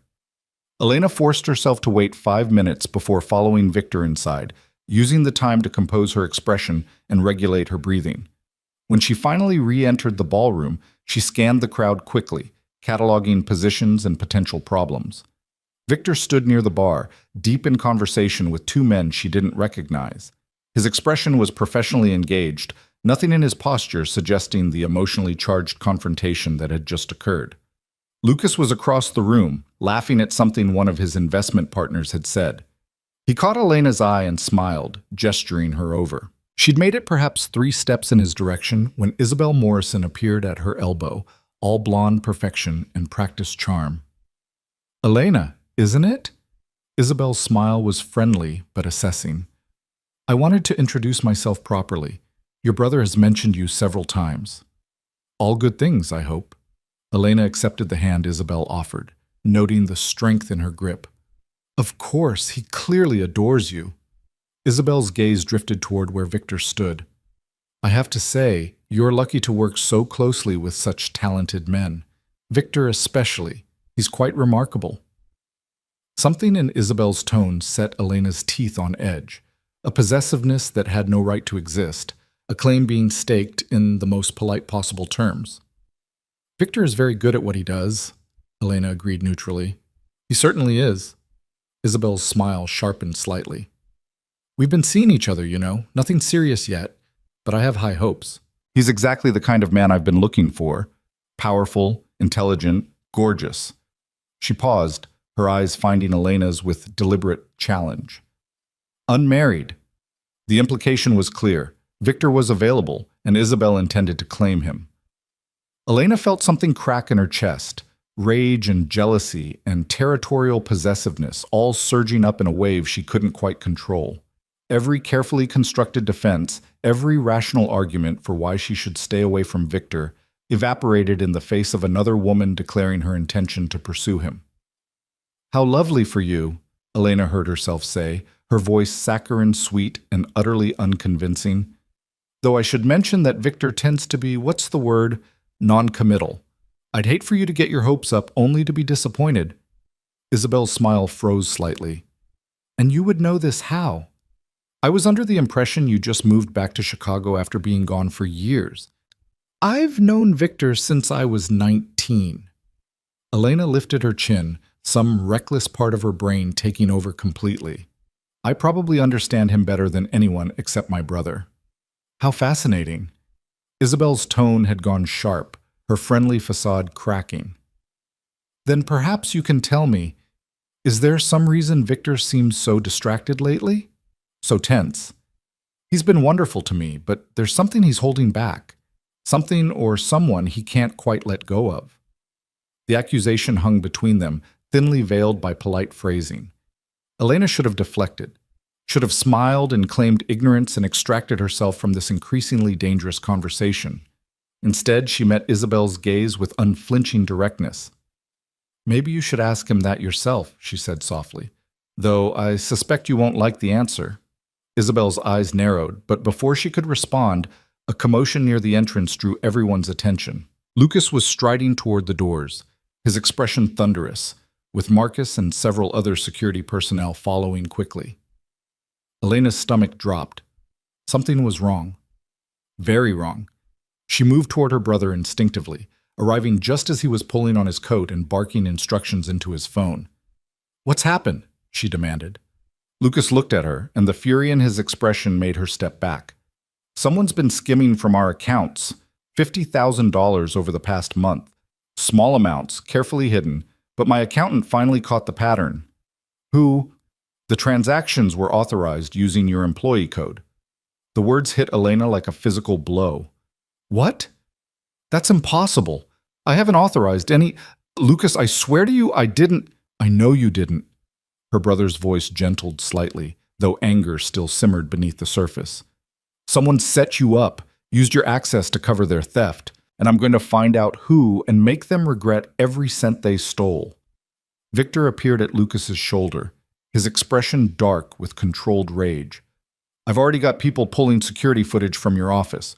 We'll find who accessed her computer." "It had to be someone with inside knowledge," Marcus added. "Someone who knew Elena would have the right level of access, but wouldn't be monitoring transactions closely yet since she just started."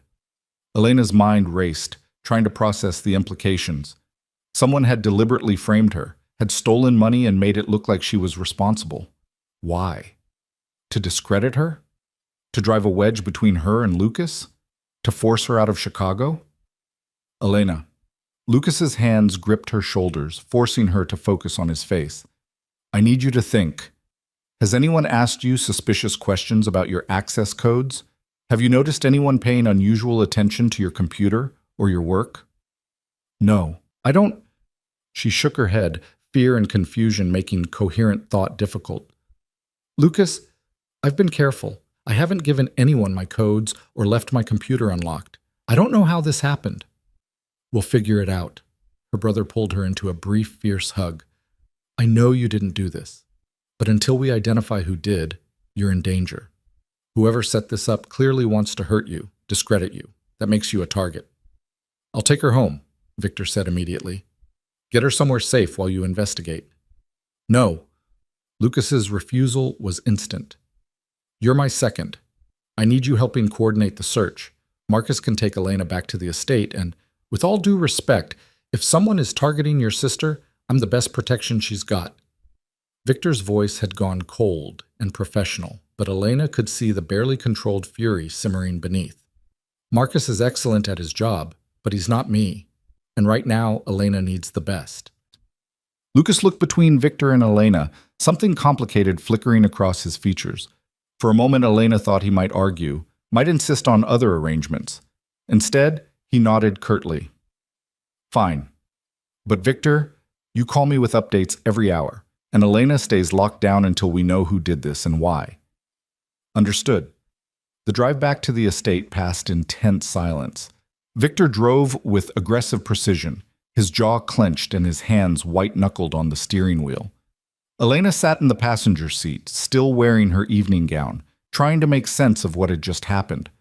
Someone had framed her. Someone wanted her discredited or driven away, or worse, and she had no idea who or why. "Victor," she started. "Not yet." His voice was tight with barely controlled emotion. "Let me get you somewhere safe first, then we'll talk." They pulled through the estate gates 20 minutes later. Victor parked near the east wing entrance and came around to open her door, his hand finding the small of her back as he guided her inside with protective intensity. He led her directly to his private quarters, the same rooms where this had all begun 2 weeks ago, with a locked door and a kiss that had changed everything. "You can't stay in your room," Victor explained before she could protest. "If someone got access to your employee codes, they might have access to your quarters too. You'll stay here where I can protect you." Elena should have argued, should have insisted on other arrangements that didn't involve being alone with Victor in his bedroom while her emotions were already this raw and her defenses this compromised. Instead, she sank onto his couch and dropped her face into her hands, exhaustion and fear and delayed shock finally catching up. "I don't understand," she whispered. "Who would do this? Who hates me enough to frame me for theft?" Victor crossed to the bar and poured 2 glasses of whiskey, pressing one into her hands before settling beside her on the couch. "I don't know yet, but Elena, I need you to listen to me very carefully." She looked up, finding his expression serious and his gray eyes burning with intensity. "This wasn't random," he continued. "Someone targeted you specifically, which means someone either knows or suspects what's between us and wants to eliminate you as a complication. Or," he paused, his jaw tightening, "or someone wants to drive you away from Chicago entirely." "But who?" "I have suspicions." Victor took a long drink of his whiskey. "But I need to verify them before I say anything to Lucas. I need to be absolutely certain." "Tell me." Elena set her own glass down, leaning forward. "Victor, if you know something, I don't know anything yet." He cut her off gently. "But I have suspicions. And Elena, if I'm right about who did this and why..." His hand came up to cup her face, his touch achingly tender. Everything is about to get a lot more complicated. Before she could demand more explanation, Victor's phone rang. He glanced at the screen and stood quickly. "It's Lucas. I need to take this." He moved to the far side of the room, speaking in low tones Elena couldn't quite make out. She watched him pace, watched tension coil through his shoulders and back, watched his free hand curl into a fist as whatever Lucas was telling him clearly made him furious. When he finally ended the call, the expression on his face sent ice through Elena's veins. "What?" she demanded. "What did he find?" Victor turned to face her, and the war raging behind his eyes made her breath catch. "The security footage shows someone accessing your computer 2 days ago while you were at lunch. They used your login, transferred the money, then cleared the history." "Who?" "Jennifer, Lucas's logistics coordinator." Elena's mind raced, trying to make sense of this information. Jennifer had always been polite but distant, professional without being particularly friendly. Why would she? "Because I ended things with her 6 months ago." Victor's voice had gone flat, emotionless in a way that suggested he was barely controlling his rage. "We'd been casually seeing each other for a few weeks. Nothing serious. But when I ended it, she didn't take it well, said I was making a mistake, that we were perfect together, that I'd regret letting her go." Understanding crashed over Elena with sickening force. She knows about us. Or she suspects. Victor moved back to the couch, sitting close enough that their knees touched. "Either way, she clearly sees you as competition, as the reason I ended things with her." "But you ended things 6 months ago. I wasn't even in Chicago." "No." Victor's hand found hers, threading their fingers together. "But I never looked at Jennifer the way I look at you. Never felt for her what I feel for you. She must have realized she was a placeholder, not a priority. And when you came back..." He shook his head. "She would have seen immediately that she never had a chance." Elena pulled her hand away, standing abruptly. "So this is my fault. Another woman's jealousy, another complication caused by this thing between us that we keep pretending doesn't affect anyone else." "This is not your fault." Victor stood too, his voice sharp. This is Jennifer making dangerous criminal choices because she can't accept reality. This is on her, not you. But it wouldn't have happened if I'd stayed in Seattle. Elena wrapped her arms around herself, suddenly cold despite the warmth of the room. Lucas was right. I'm a distraction, a complication. I put everything at risk just by being here. Stop.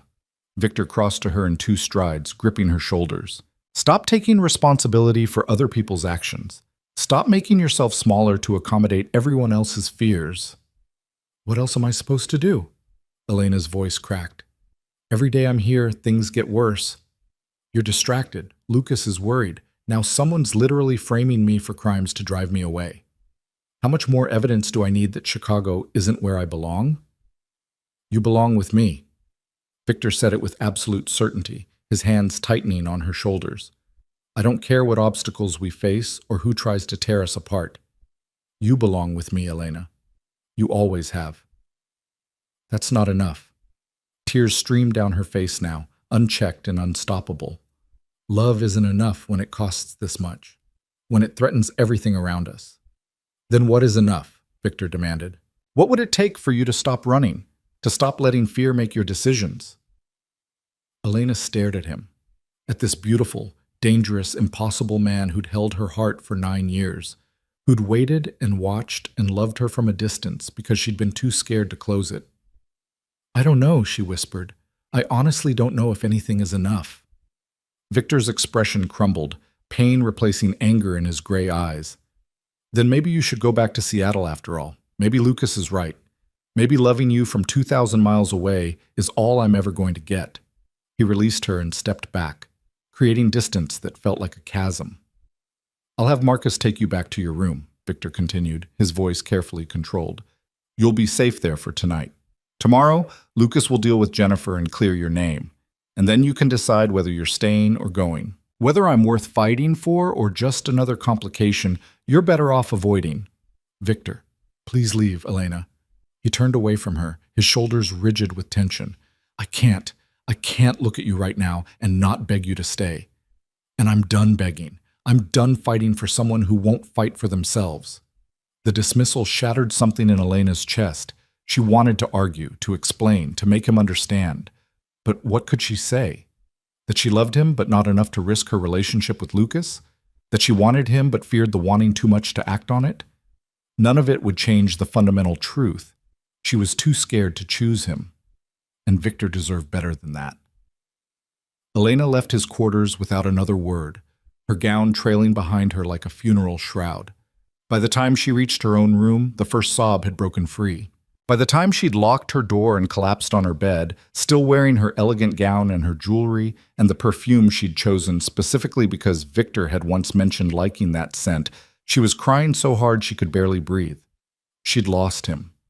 Through her own fear and indecision and inability to be brave enough, she'd lost the only man she'd ever loved. And the worst part was knowing she had no one to blame but herself. Elena woke to pounding on her door and sunlight streaming through windows she'd forgotten to cover. Her head throbbed from crying herself to sleep, and her evening gown was twisted uncomfortably around her body, the delicate fabric creased beyond repair.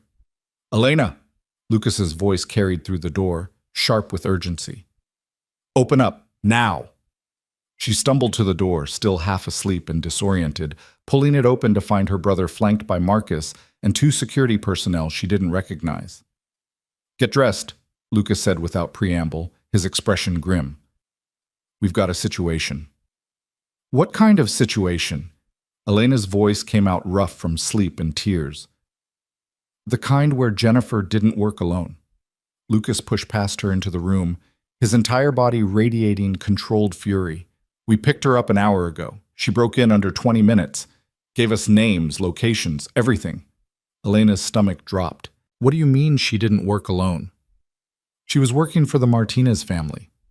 Lucas ran a hand through his hair, exhaustion evident in every line of his face. They approached her 3 months ago, offered her $250,000 to create chaos in my organization. Framing you was just the opening move. The words didn't seem real. Elena sank onto the edge of her bed, her mind struggling to process this new threat. Why me? Why would they? Because they're smart. Marcus spoke up from the doorway, his expression apologetic. They researched Lucas's vulnerabilities, found out his sister had come back after 9 years away, figured causing trouble for you would distract him, maybe drive you away again and hurt him emotionally. They were right. Lucas's voice had gone quiet, dangerous. I've been so focused on protecting you, on making sure this situation with Jennifer got resolved, that I missed what they were really doing. While we were investigating the theft, Martinez moved product through 3 of our territories, paid off 2 of our distributors, set up operations in areas we've controlled for 5 years. Elena's breath caught. Lucas, I'm so sorry. I didn't mean to. This isn't your fault. Her brother crossed to her, gripping her shoulders with gentle firmness. This is Martinez being opportunistic and Jennifer being a vindictive traitor. You're the victim here, not the problem. Where's Victor? The question escaped before Elena could stop it, her heart already knowing something was wrong by his absence. Lucas's expression darkened further. That's the other situation. Victor left 2 hours ago to handle something. Won't tell me what, won't answer his phone, just said it was related to Jennifer and he'd be back by noon. Cold fear sliced through Elena's chest. Left to go where? I don't know. Frustration edged Lucas's voice. He's been off since the gala, distracted, angry. Elena, did something happen between you two last night? Because he's not acting like himself, and I need my second-in-command focused right now. The memory of Victor's devastated expression flashed through Elena's mind, the way he'd told her to leave, the resignation in his voice when he'd said he was done fighting for someone who wouldn't fight for themselves. We had a disagreement, she said carefully, about the situation with Jennifer. He was angry that someone had targeted me. It wasn't entirely a lie, just not the whole truth.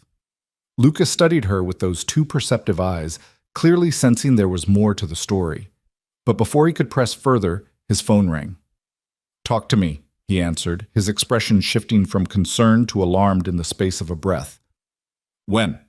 How many? No, don't engage until I get there. Keep eyes on them and wait for my signal. He ended the call and turned to Marcus. Martinez has 8 men surrounding the warehouse on Collins Street. They're armed and they're not being subtle about it. That's where we're storing the pharmaceutical shipment, Marcus said, already moving toward the door. If they take that, we lose $2 million in product and our distribution network on the south side. Which is exactly why they're targeting it. Lucas grabbed his coat, his mind clearly already strategizing. Marcus, get the team together. Elena, he turned back to his sister. You stay here. Lock the door. Don't open it for anyone except me or Victor. Lucas, let me help. I can... No. The word was absolute, allowing no argument. You're already a target. I'm not putting you in more danger. Stay here. That's an order. Then he was gone, Marcus and the security team following, leaving Elena alone in her room with fear clawing at her chest and questions spinning through her mind. Where was Victor? What was he handling that he couldn't tell Lucas about? And why did Elena have the terrible certainty that whatever he was doing was connected to her, to them, to the impossible situation they'd created by loving each other?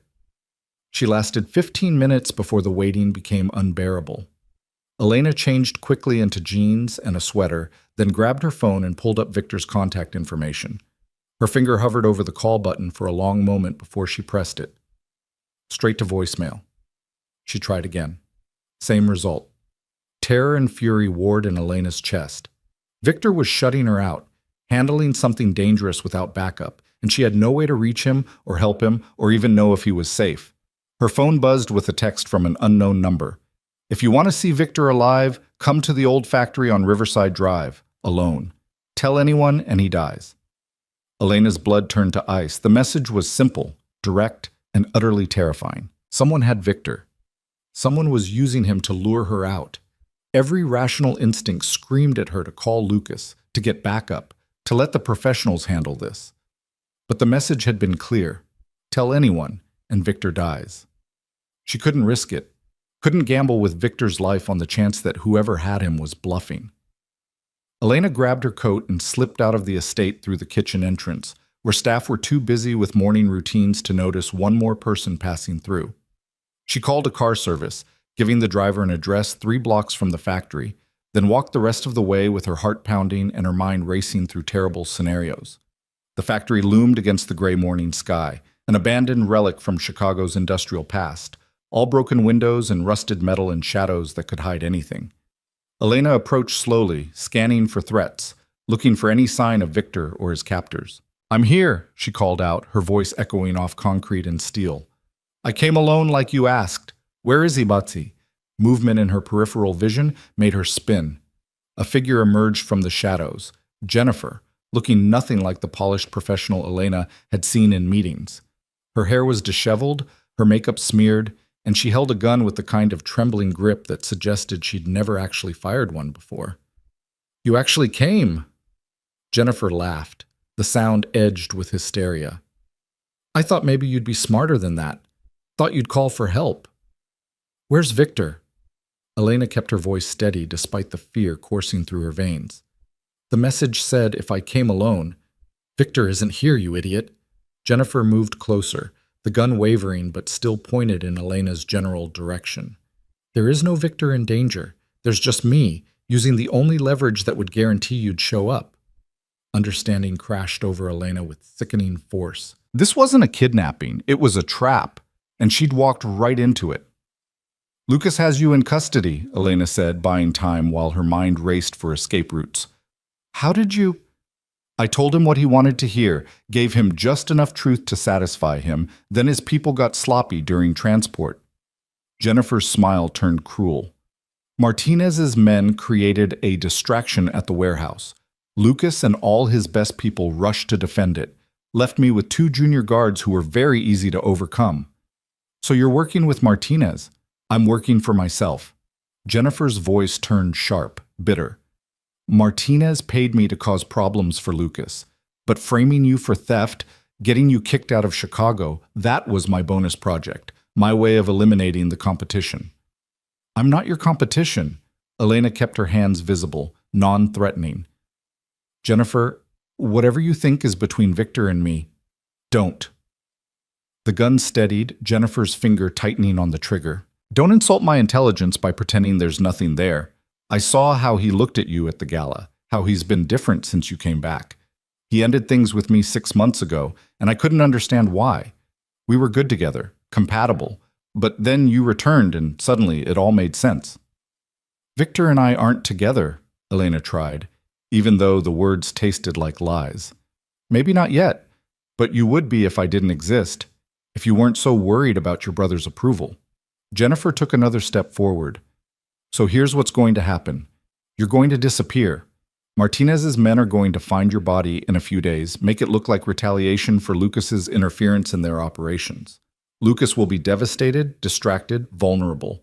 Martinez will use that to take over more territory. And Victor—" her voice cracked slightly. "Victor will finally be free to move on. Maybe even come back to me once he's had time to grieve. You're delusional if you think Victor would ever—" The gunshot was deafeningly loud in the enclosed space, and for one terrible moment Elena thought she'd been hit. Then she realized Jennifer had fired into the concrete near her feet, a warning shot. "Shut up," Jennifer hissed. "I'm done listening to you, done watching you take things that should be mine. You had 9 years away from Chicago, 9 years to build a different life, but you couldn't stay gone, could you? Had to come back and ruin everything." Elena's mind raced, calculating distances and angles and the likelihood she could rush Jennifer before the other woman fired again. Not good odds. Jennifer might be unstable, but she was also desperate, and desperate people were dangerous. "Martinez is using you," Elena said, trying a different approach. "You really think he's going to let you walk away after this? That he won't tie up loose ends by making sure you can't testify against him?" Uncertainty flickered across Jennifer's face. "I'm not an idiot. I have insurance. Evidence of his involvement that gets released if anything happens to me." "The same way you had evidence against Lucas that was supposed to protect you?" Elena pressed. "How's that working out? You're here, aren't you? Holding a gun on me instead of safely in witness protection or on a beach somewhere spending your payoff. Because of you!" Jennifer's composure cracked further, rage and pain pouring through. "Everything fell apart because of you. If you just stayed in Seattle where you belonged." Jennifer, listen to me. Elena softened her voice, trying to find the rational person beneath the desperation. Whatever happens here, it doesn't end well for you. If you kill me, Lucas will never stop hunting you.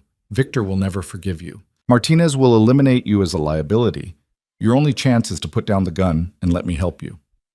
Help me, Jennifer laughed, the sound brittle and broken.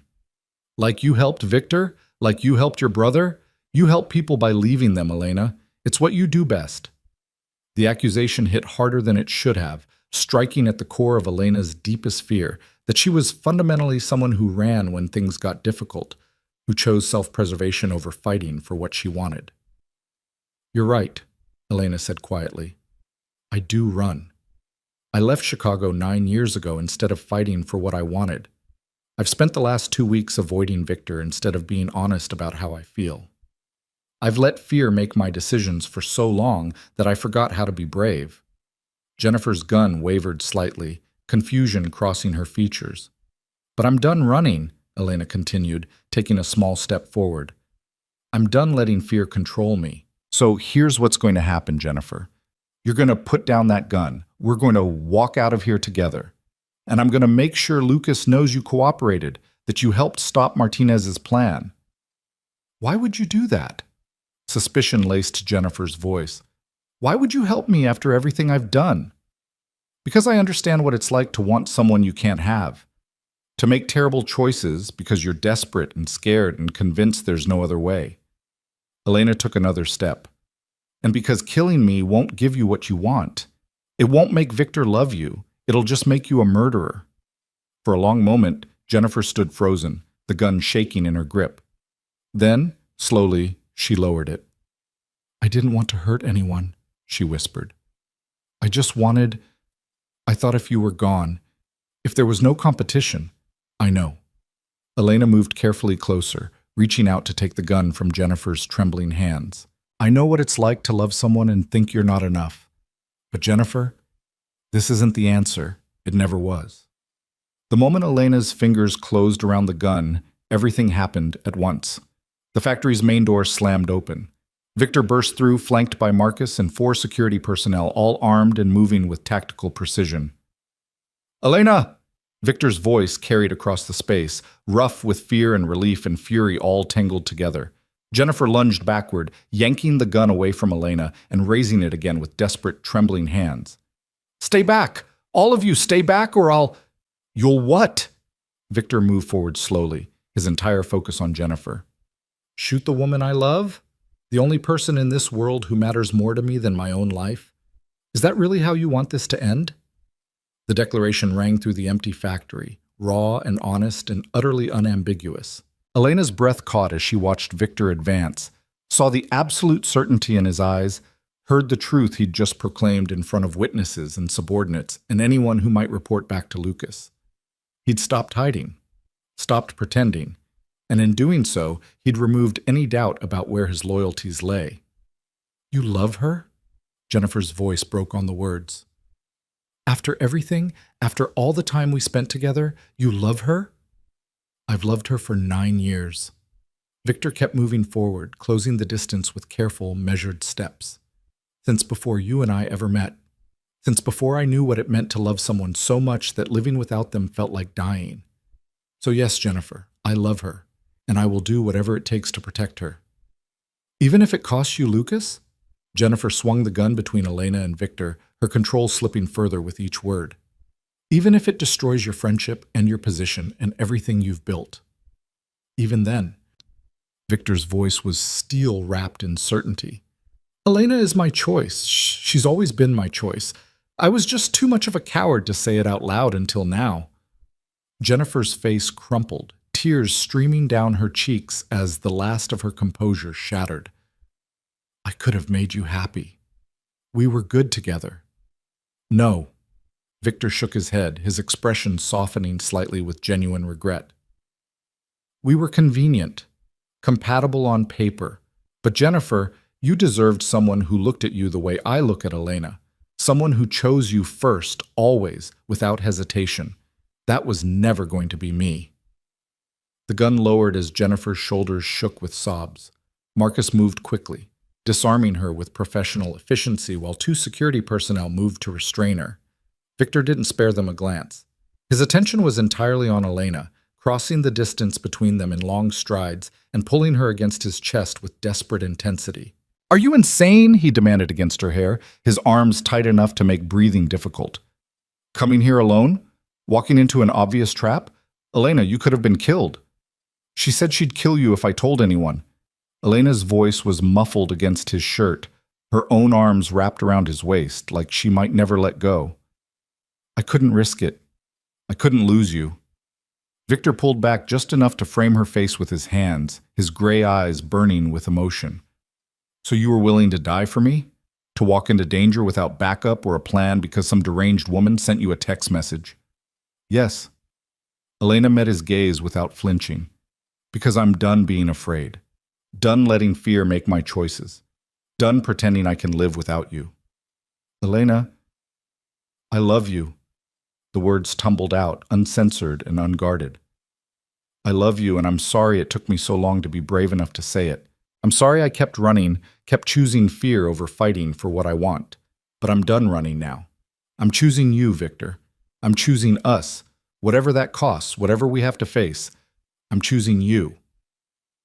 Victor's expression transformed, hope and love and fierce possessiveness all warring across his features. "Your brother is going to lose his mind." "I know." "Your relationship with him might never be the same." "I know."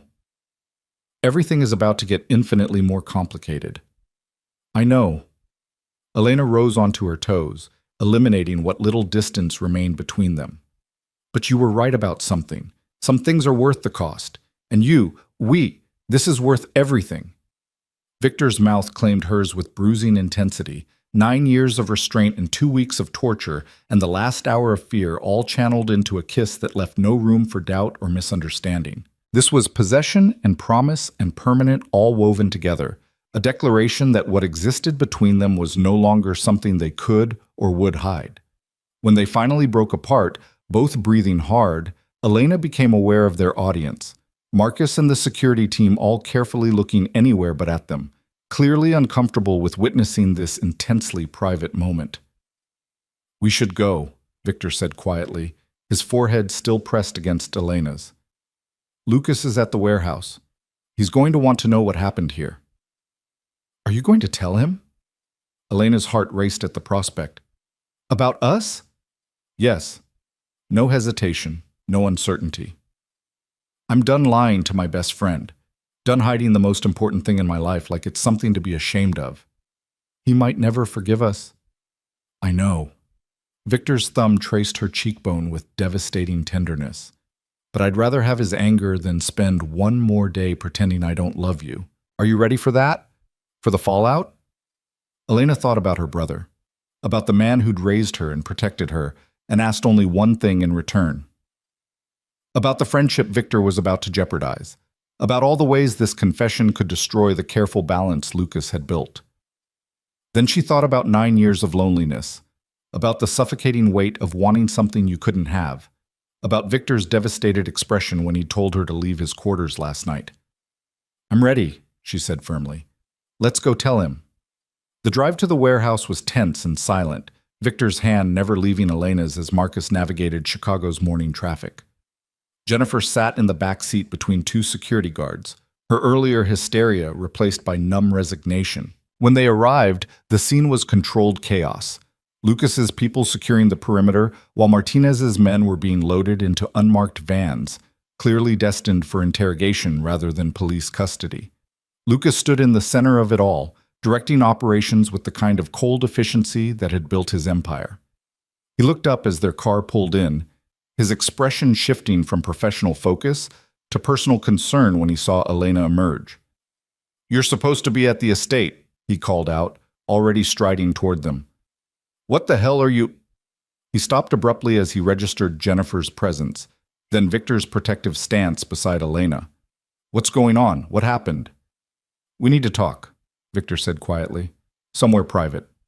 Lucas's eyes narrowed, clearly sensing this was about more than just Jennifer's recapture. "Marcus, handle the cleanup here. Victor, Elena, with me." He led them to a small office inside the warehouse, closing the door and turning to face them with crossed arms and an expression that promised nothing good. "Talk," he commanded, "and someone better start explaining why my sister looks like she's been crying and you," he pointed at Victor, "look like you're about to confess to murder." Victor straightened his shoulders, his hand finding Elena's and holding tight. Jennifer lured Elena to the old factory on Riverside, sent her a message claiming I was in danger, that she had to come alone. "She what?" Lucas's voice dropped to something dangerous, his attention snapping to Elena. "You went to meet an armed, unstable woman without telling anyone. Are you out of your mind?" "Probably," Elena admitted. "But Lucas, she said she'd kill Victor if I told anyone. I couldn't risk it." "So you risked yourself instead." Her brother's fury was palpable now, radiating off him in waves. "Elena, you're not trained for field work. You have no combat experience. You could have been killed." "I know, and I'm sorry for worrying you, but I couldn't—" Her voice cracked. "I couldn't lose him, not without fighting for him first." The words hung in the air, their implication unmistakable. Lucas went very still, his gaze shifting between Elena and Victor with dawning comprehension. "Tell me I'm misunderstanding this. Tell me you're not saying what I think you're saying." "I love her." Victor's voice was steady, uncompromising. "I've loved her for 9 years, and I'm done pretending otherwise." The silence that followed was suffocating. Elena watched her brother's expression cycle through shock, denial, and finally settling on a fury so cold it made the January air seem tropical. "You've got to be kidding me." Lucas's voice was dangerously quiet. "After everything I asked from both of you, after the promises you made, you've been, what, carrying on behind my back?" "No," Elena said quickly. "Lucas, nothing happened until I came back. We kept our distance for 9 years, just like you asked. But I can't anymore. I can't keep choosing fear over happiness." "Happiness?" Lucas's laugh was bitter. "You call this happiness? Betraying my trust? Destroying the one rule I asked you both to follow?" "We didn't betray you," Victor countered, his voice hardening. "We fell in love. That's not betrayal. That's not something either of us chose or can control. You could have controlled whether you acted on it." Lucas turned on his best friend with barely restrained violence. "You could have respected the boundary I set. You could have put our friendship, our partnership, above your—" He gestured between them with disgust. "Whatever this is." "This is love," Elena said firmly, stepping forward to stand between the two men. "Real, permanent, worth fighting for love. And I'm sorry it hurts you. I'm sorry it complicates things. But Lucas, I spent 9 years trying to kill this, trying to convince myself that distance would cure what I felt. It didn't. It only made it worse." "So what?" Her brother's eyes blazed. "You think because you tried to stay away that makes this okay? That I'm supposed to just accept that my sister and my best friend—" "Yes," Victor interrupted. "That's exactly what I'm asking you to accept. Because like it or not, this is happening. Elena and I are together. We're going to be together. And you can either accept that, or you can lose both of us." The ultimatum fell like a gauntlet, challenging Lucas to choose. For a long moment, Elena's brother stood frozen, rage and hurt warring across his features. Then he moved, fast and violent, his fist connecting with Victor's jaw with a crack that echoed through the small office. Victor's head snapped back, but he didn't retaliate. Didn't even raise his hands in defense. He just straightened slowly, blood trickling from his split lip, and met Lucas's furious gaze with steady acceptance. "Feel better?" Victor asked quietly. "No." Lucas's voice shook with emotion. "No, I don't feel better. I feel betrayed by the two people I trust most in this world. I feel like everything I built to keep my personal life separate from my business just got destroyed because neither of you could control yourselves." "Lucas, please," Elena started. "Get out!" Her brother turned away from them both, his shoulders rigid. "Both of you, get out before I do something I'll regret." "We need to talk about this," Victor pressed. "Need to figure out how to move forward without destroying— I said get out!" Lucas whirled back, and the raw pain in his expression made Elena's chest ache. I can't look at either of you right now. I can't have this conversation without saying things that can't be unsaid. So go. Leave me alone." Victor's hand tightened on Elena's, asking a silent question. She nodded, and together they left the office, leaving Lucas alone with his fury and his hurt and the shattered remains of trust. The drive back to the estate passed in heavy silence. When they finally arrived, Victor led Elena not to her quarters or his, but to the garden where they'd had their confrontation 2 weeks ago. Snow had started to fall, light flakes that caught in Elena's hair and melted against her cheeks. Victor pulled her close, wrapping his arms around her as they stood in the exact spot where this had begun so many years ago. "He'll come around," Victor said quietly, though he didn't sound entirely convinced. "Lucas loves you. He'll forgive us eventually." "And if he doesn't?" Elena looked up at him, needing honesty more than comfort. "If we just destroyed your friendship for good?" Victor was quiet for a long moment, his jaw still swollen from Lucas's punch. When he finally spoke, his voice was rough with emotion. "Then we'll survive it together. Build something new from the ruins." "Because, Elena, I meant what I said. I'd rather have his anger and your love than his friendship and a lifetime of pretending." Elena rose onto her toes and kissed him gently, carefully avoiding his split lip. "I love you," she whispered. "I'm sorry it took me so long to be brave enough to choose you." "You're choosing me now." Victor pulled her closer, tucking her head beneath his chin. "That's all that matters." They stood together as snow continued to fall. Two people who'd fought against inevitability for 9 years finally surrendering to it. The cost had been high. Lucas's trust, the comfortable dynamic they'd all maintained, the illusion that love could be controlled or denied. But as Elena breathed in Victor's scent and felt his heartbeat steady against her cheek, she couldn't bring herself to regret the choice.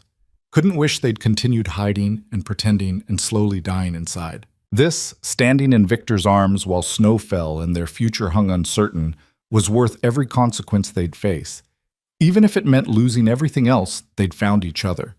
And that, Elena was finally beginning to understand, was the only thing that truly mattered. 3 days passed with no word from Lucas. 3 days of Elena and Victor existing in a strange limbo, together but uncertain, committed but aware that their happiness came at a price neither of them had fully calculated. They'd moved Elena's things into Victor's quarters without discussion, the decision feeling inevitable rather than planned. At night, they held each other with desperate intensity, as if proximity could somehow shield them from the consequences gathering like storm clouds. During the day, Victor continued managing Lucas's operations, though every meeting felt weighted with tension. Lucas attended when necessary, his interactions with Victor coldly professional, his gaze sliding past Elena as if she'd ceased to exist entirely. It was worse than anger, worse than shouting or accusations or even violence. This calculated erasure, this deliberate denial of her presence, cut deeper than any words could have. On the 4th morning, Elena woke to find Victor already dressed, staring out the bedroom window at the snow-covered grounds with an expression that made her heart clench. "He's selling his shares in the Northside development," Victor said quietly, not turning around. "The project we've been working on together for 2 years. He's cutting me out." Elena sat up, pulling the sheets around herself. "Can he do that?" "Legally? Yes. We structured the partnership to allow either of us an exit."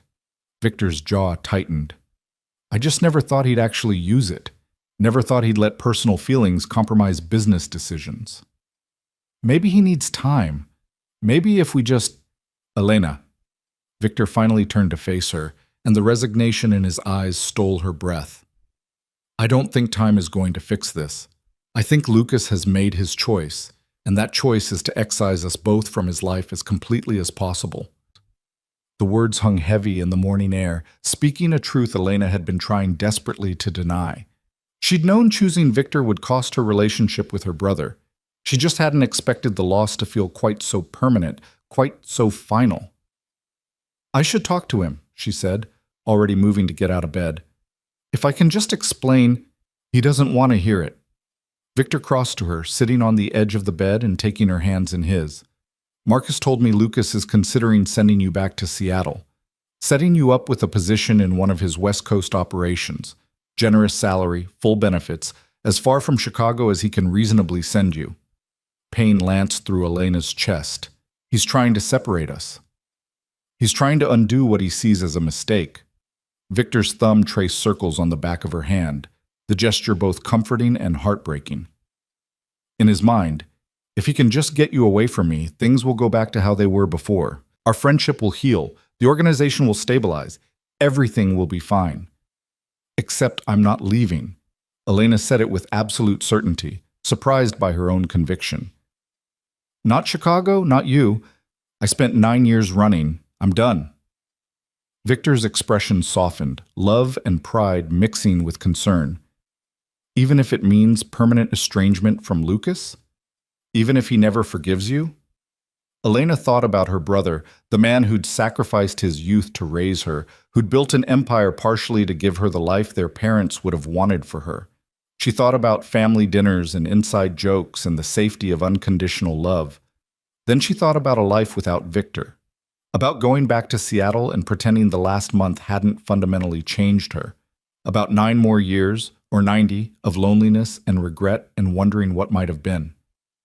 Even then, she whispered, I choose you, Victor, even knowing what it costs. He pulled her against his chest, his arms wrapping around her with fierce protectiveness. We'll figure this out. Somehow, we'll find a way to make Lucas understand. But Elena wasn't sure understanding was possible, wasn't sure anything they said could bridge the gap between what Lucas needed and what they'd chosen.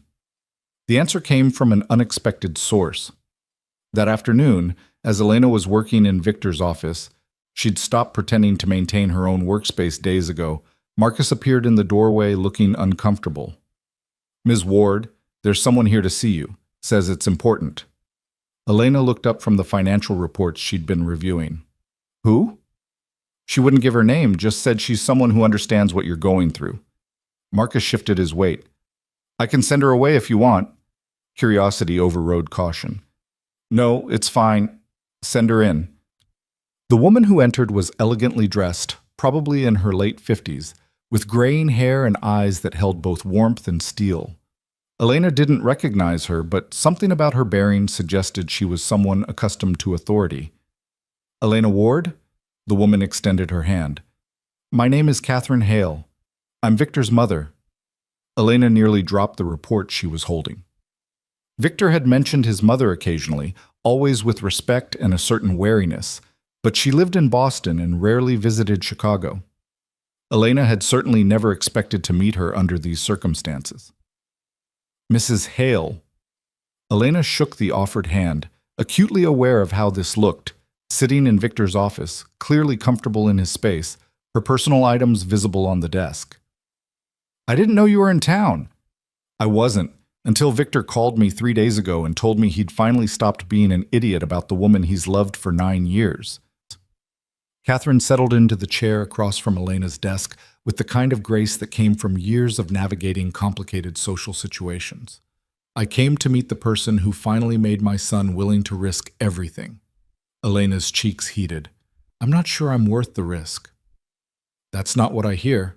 Catherine's smile was knowing. Victor tells me you walked into a trap unarmed to save him, that you chose him even knowing it would cost you your brother's love. That sounds like someone worth any risk to me. Lucas might disagree.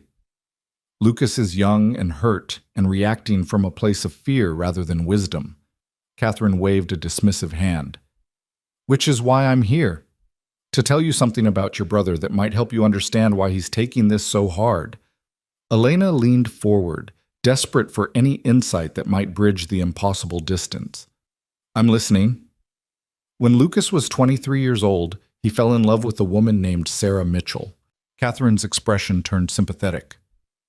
Beautiful, intelligent, everything he thought he wanted. They were together for 6 months before Lucas discovered she was working for the Kozlov family, feeding them information about his operations, helping them undermine his business. Elena's breath caught. Lucas had never mentioned this, never spoken of any serious relationship before the organization had consumed his life entirely. The betrayal nearly destroyed him, Catherine continued. Not just the loss of someone he loved, but the realization that his personal feelings had compromised his judgment, had put his entire operation, and everyone who depended on him at risk. After that, he made a rule. Never mix business with personal attachments. Keep the people you love separate from the people you work with. And then I developed feelings for Victor. Understanding crystallized with sickening clarity. His best friend, his second in command. I violated the one boundary he created to protect himself. Exactly, Catherine nodded. In Lucas's mind, this isn't just about you and Victor falling in love. It's about history repeating itself. It's about personal feelings threatening to compromise everything he's built. It's about fear that he's going to lose both of you the same way he lost Sarah, through betrayal and complicated loyalties and the impossible intersection of love and business. Elena pressed her hands against her face, guilt and understanding washing over her in equal measure. So what do I do?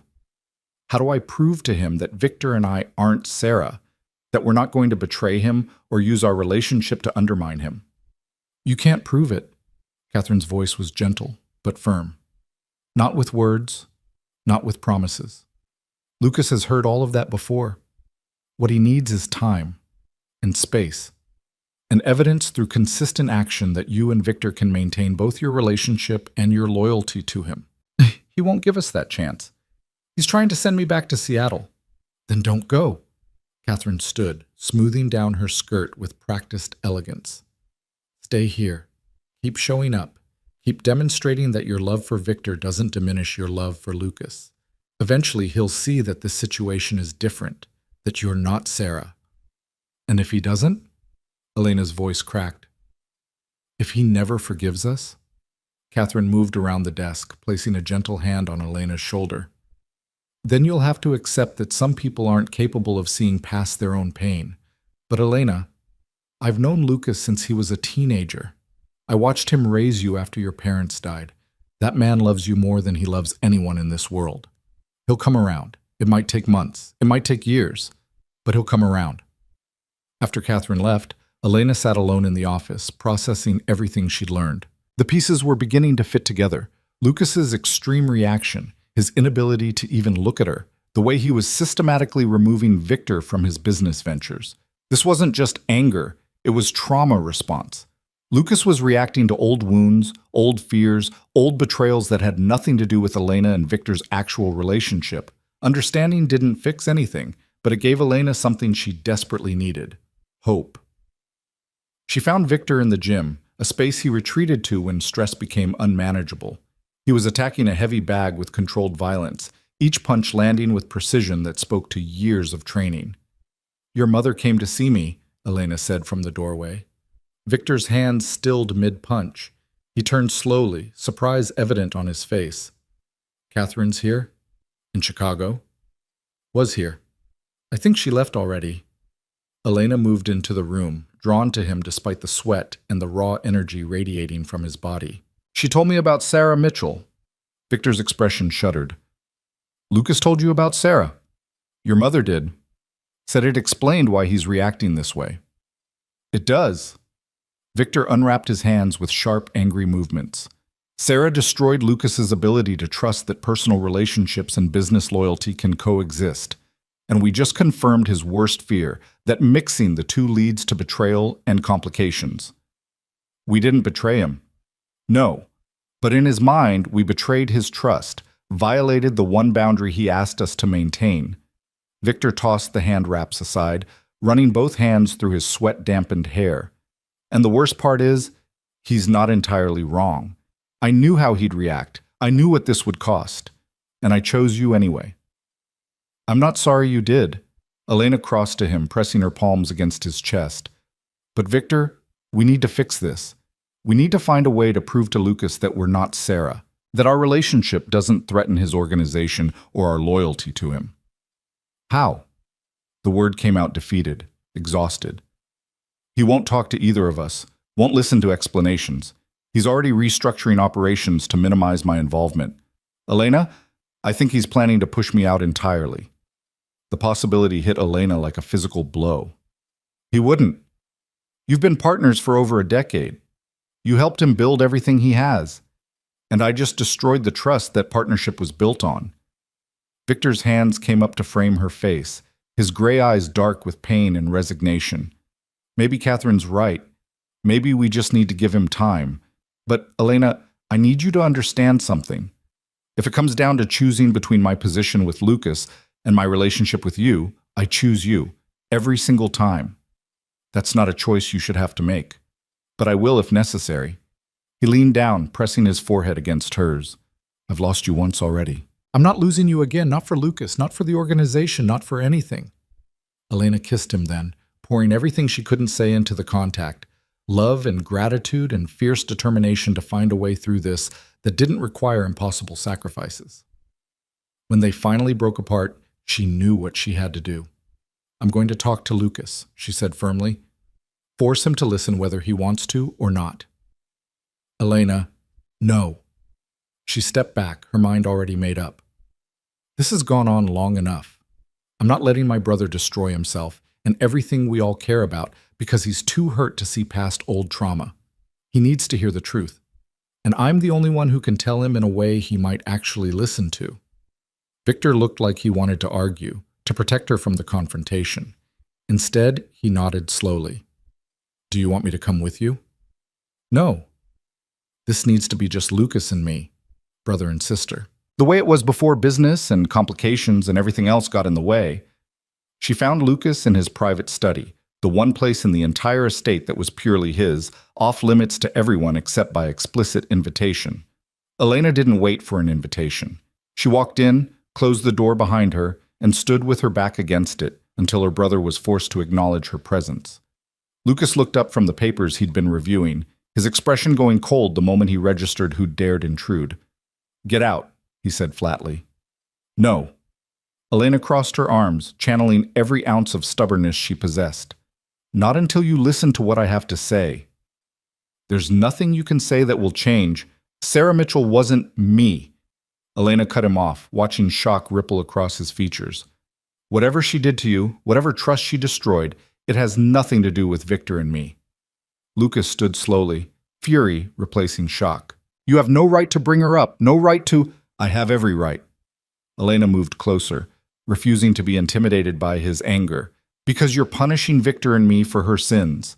You're letting one woman's betrayal 9 years ago dictate how you respond to our relationship now. This isn't about Sarah. But Lucas's voice wavered slightly, uncertainty creeping through the anger. Isn't it? Elena pressed. Lucas, I know what happened. I know she was working for the Kozlovs. I know she used your feelings to compromise your organization. But I am not her. Victor is not her. What we have, it's not some conspiracy to betray you or undermine you. You're still mixing personal with business. Lucas's hands clenched into fists. Still creating the exact vulnerability I've spent years protecting against. Maybe. Elena conceded the point. But you know what else I'm doing? I'm choosing happiness over fear. I'm refusing to let the possibility of pain prevent me from pursuing the only relationship that's ever felt real and permanent and worth fighting for. At what cost? Her brother's voice broke slightly. Elena, you're my sister, the most important person in my life. And Victor, he swallowed hard.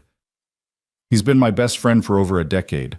Losing both of you because you're not losing us. Elena closed the final distance between them, gripping her brother's arms with fierce intensity. Lucas, listen to me. Victor and I falling in love doesn't mean we stop loving you.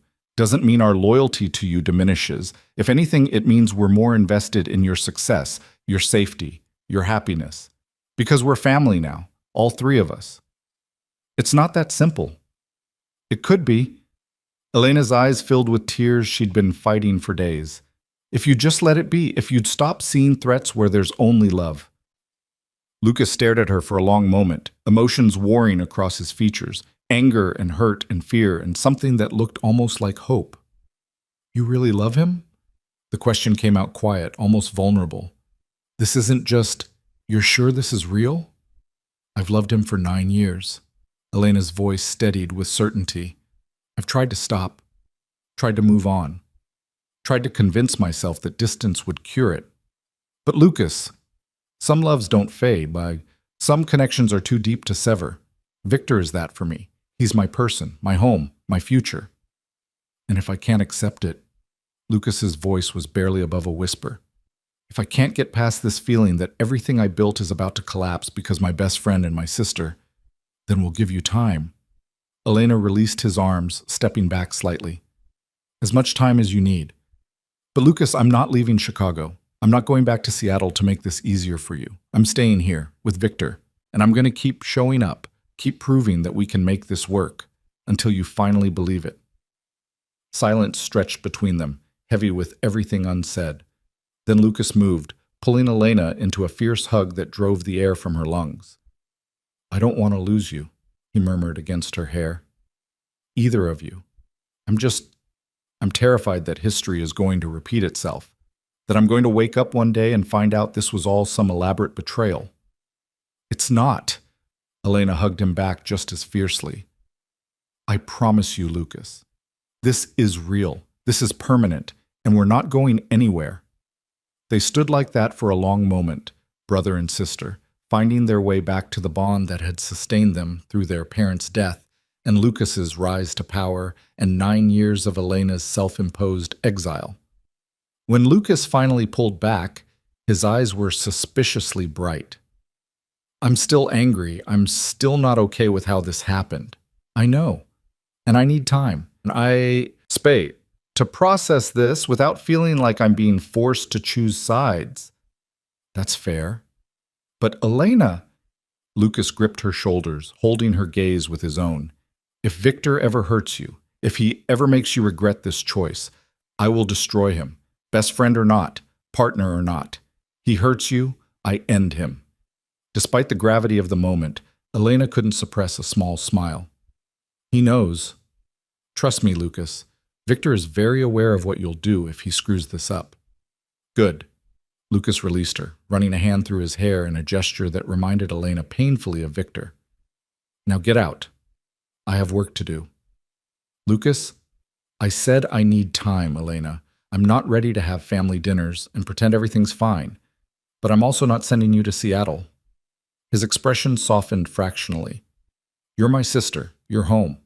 Just give me some space to adjust to this new reality. Elena nodded, accepting the boundary even as relief flooded through her. It wasn't forgiveness. Not yet. But it was a start. A crack in the wall Lucas had built between them. She left his study and went straight to Victor's quarters, finding him pacing the sitting room with barely controlled tension. How did it? He started. Elena launched herself into his arms, kissing him with all the joy and relief and hope she'd been containing.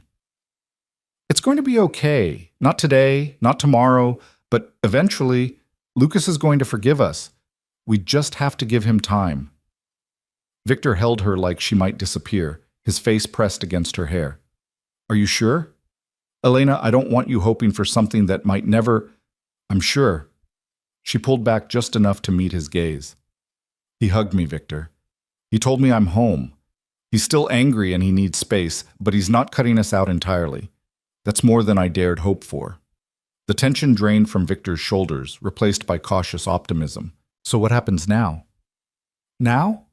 Elena smiled, feeling lighter than she had in days. Now we wait. We prove to Lucas through consistent action that we can maintain both our relationship and our loyalty to him. We show him that this, us, doesn't threaten what the three of us built together. That could take months. Then we take months. Elena rose onto her toes, pressing a soft kiss to his jaw. I told you, Victor. I'm done running. I'm staying right here, with you, for as long as it takes. The weeks that followed were careful and complicated, a delicate dance of boundaries and small gestures toward reconciliation. Lucas remained professionally cordial with Victor, though their easy friendship was replaced by something more formal. He acknowledged Elena at meetings, even occasionally asked her opinion on matters, though he still avoided one-on-one conversations. But slowly, imperceptibly, the ice began to thaw. It started with Lucas asking Victor's opinion on a security matter, then actually listening to the advice instead of dismissing it. Continued with Lucas showing up to a family dinner Elena had carefully orchestrated, though he spent most of it talking to Catherine Hale, who'd apparently decided to extend her Chicago visit indefinitely. He needs a motherly presence, Catherine had explained to Elena over coffee one afternoon. Someone who understands what he's going through but isn't personally invested in the outcome. I'm happy to be that for him. I think you're being that for all of us, Elena had replied, grateful beyond words for the older woman's intervention. The breakthrough came 6 weeks after Elena's conversation with Lucas in his study. Victor had been investigating a potential supplier issue. Nothing major, just some inconsistencies in shipment records that warranted closer examination. What he had uncovered was a mid-level manager skimming product, using fake invoices to cover the theft. Normally, Victor would have handled it himself, maybe consulted with Marcus on security implications. Instead, he walked straight into Lucas's office and laid out everything he'd found. "This is your call," Victor said, spreading the evidence across Lucas's desk. "Your organization. Your decision on how to handle it." Lucas looked up from the files, surprise evident in his expression. "You're asking my opinion? You have full authority to—" "I know what authority I have." Victor met his former best friend's gaze steadily. "But I also know that rebuilding trust means proving I'm not trying to operate independently, that I respect your leadership, that our partnership, our friendship, matters more to me than my ego." For a long moment, Lucas said nothing. Then, slowly he gestured to the chair across from his desk. "Sit down. Walk me through what you found." They spent the next 2 hours working through the problem together, the way they used to before everything had gotten complicated.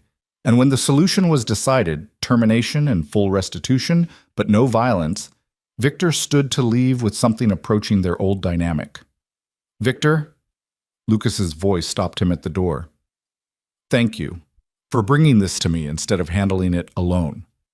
We're partners." Victor's voice was quiet but firm.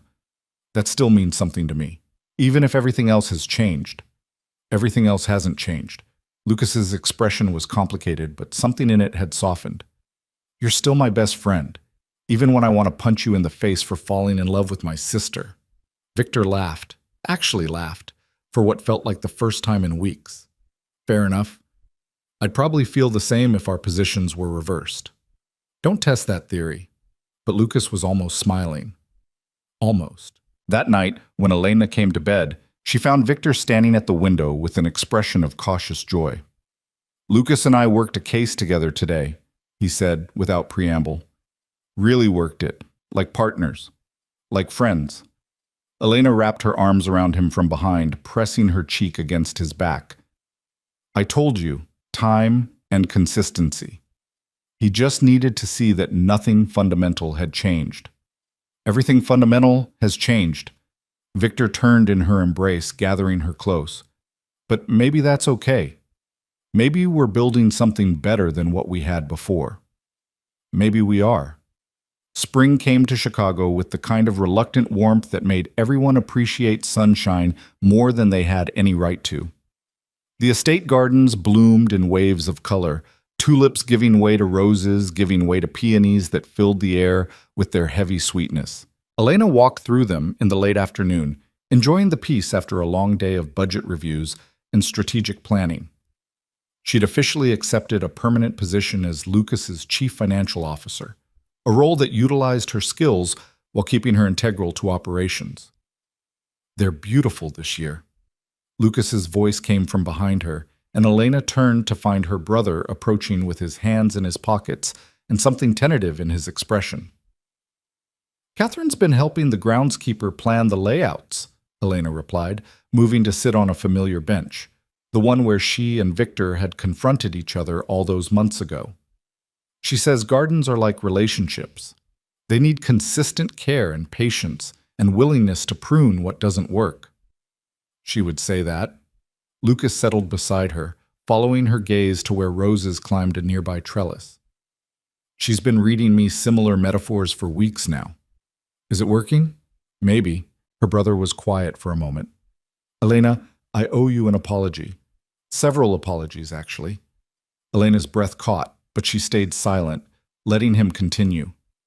"I reacted from fear instead of trust," Lucas said quietly. "Let old trauma dictate how I responded to your relationship with Victor. Punished you both for someone else's sins. That wasn't fair, it wasn't right, and I'm sorry. Lucas, let me finish." He held up a hand. I've been watching you two over the past couple months, seeing how you work together, how you support each other without compromising your loyalty to the organization or to me. And I've realized something. What's that? You're better together than you ever were apart. Lucas turned to face her fully. Victor is more grounded when you're around, more careful, more strategic. And you're braver, more willing to take risks and fight for what you want. You make each other better. And I was too scared to see that. Tears blurred Elena's vision. I never wanted to hurt you. I know. Lucas pulled her into a sideways hug. And I'm sorry I made you choose between us. That I couldn't be happy for you right away. That I let you think I might never forgive you. So you do? Forgive us? There's nothing to forgive, Lucas's voice was firm. You fell in love. That's not a crime. It's not a betrayal. It's just life. Complicated, messy, beautiful life. Elena pressed her face against her brother's shoulder, crying in earnest now. I've missed you, missed this. Missed having my brother instead of just a boss who tolerates my presence. I've missed you too. Lucas kissed the top of her head. And Elena, for what it's worth, if you had to fall in love with someone in my organization, I'm glad it was Victor. He's a good man. He'll take care of you. I don't need taking care of. Elena pulled back, wiping at her tears. We take care of each other. That's what partnership means. Fair point. Lucas stood, offering her his hand. Come on. Dinner's in an hour, and Catherine threatened to disown all of us if we're late to her farewell meal. She's leaving? Disappointment colored Elena's voice. Catherine had become an unexpected anchor these past months, offering wisdom and perspective when everything felt overwhelming. Going back to Boston tomorrow. Lucas helped Elena to her feet. But she'll visit regularly. She's already planned her next trip for June. They walked back toward the main house together, brother and sister, their bond strengthened rather than broken by everything they'd survived. As they approached the terrace, Elena saw Victor waiting by the doors, his expression softening when he saw them together. About time, he called out. Catherine's been threatening to start without us. Lucas surprised everyone by crossing to Victor and extending his hand. Thank you for taking care of my sister, for being patient with me while I worked through my issues, for being the kind of man who deserves her. Victor gripped Lucas's hand firmly, emotion flickering across his features. Thank you for trusting us, for giving us the chance to prove this could work. Just don't make me regret it. But Lucas was smiling, the threat tempered with affection. Dinner was exactly what Elena had been craving, loud and chaotic and full of laughter, the four of them trading stories and arguments and comfortable silences that spoke to growing ease. Catherine presided over it all with maternal satisfaction, clearly pleased by the family she'd helped reassemble. After dessert, as they lingered over coffee, Lucas raised his glass in an unexpected toast. To new beginnings, he said, his gaze encompassing all of them. To family, chosen, and blood. To forgiveness. To second chances. And to love, even when it comes in the most complicated possible packages. They clinked glasses, the gesture feeling like benediction and celebration all woven together. Later that night, as Elena and Victor lay tangled together in bed, she traced the fading bruise on his jaw, the remnant of Lucas's punch all those weeks ago. I can't believe we made it through, she whispered. Did you doubt we would? Victor's fingers threaded through her hair, his touch achingly tender. Sometimes, when Lucas was at his most distant, when I thought I might have to choose between you and him after all. What would you have chosen? Elena met his gaze, seeing her whole future reflected in those gray eyes. You. I would have chosen you every time. I know. Victor pulled her closer. And that's exactly what convinced Lucas to forgive us. Not our promises or our explanations. The fact that you were willing to sacrifice your relationship with him rather than give up what we have.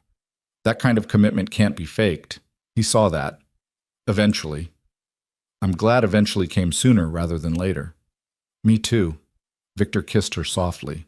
Though I would have waited, however long it took. They fell asleep wrapped around each other, secure in the knowledge that they'd survived the worst. That whatever challenges came next, they'd face them together. Summer arrived with Chicago heat and the kind of thunderstorms that lit up the sky like fireworks. Elena and Victor had settled into a rhythm, working alongside Lucas during the day, spending evenings in the garden or exploring the city, nights discovering new depths to the connection they'd denied for too long.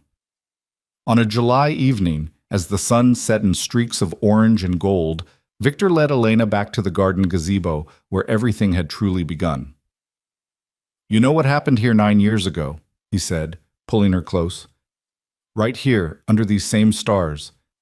I almost kissed you for the first time." "You did kiss me," Elena corrected with a smile. "Once, very briefly, before Lucas called and reality intruded. Before you ran away to Seattle." Victor's arms tightened around her waist. "Before we spent 9 years pretending we could live without each other." "What's your point?" "My point—" Victor released her just long enough to drop to one knee, pulling a small velvet box from his pocket. "Is that I'm done with almosts. Done with hesitation. Done with letting fear or Lucas's feelings or anything else stop me from claiming what I want." Elena's breath stopped entirely as Victor opened the box, revealing a diamond ring that caught the fading sunlight and shattered it into rainbows. "Elena Ward," he said, his voice steady, despite the emotion shining in his eyes. "Will you marry me? Will you stay here in Chicago, build a life with me, deal with your overprotective brother and my meddling mother and all the complications that come with loving someone in this world?" "Yes." The answer came without hesitation, without doubt. "Yes to all of it.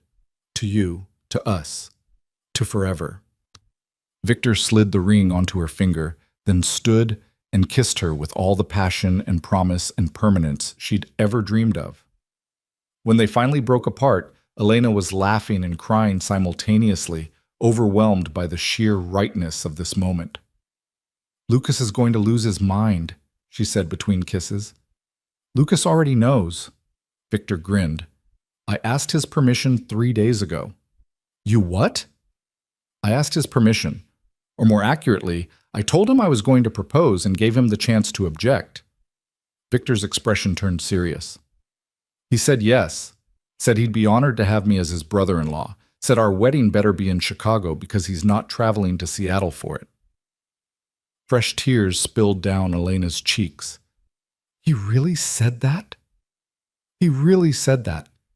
And then he threatened to break both my legs if I ever make you cry for the wrong reasons." Elena laughed, the sound full of joy and relief and love so fierce it felt like it might consume her. "I love you. Have I mentioned that recently?" "Not in the last 5 minutes." Victor pulled her close again. "Feel free to mention it as often as you like." They stood together as the sky darkened and the first stars began to appear, exactly where they'd almost begun 9 years ago. But this time, there would be no interruptions, no running, no fear or doubt or denial. This time, they were choosing each other, permanently, irrevocably. The wedding took place 6 months later in the estate gardens, despite the January cold. Catherine had insisted that was plenty of time to plan properly, and Elena had discovered that arguing with her future mother-in-law was an exercise in futility. Lucas walked Elena down the aisle with pride evident in every step, giving her away with genuine happiness rather than resignation. "Take care of her," he said to Victor, his voice carrying just far enough for Elena to hear.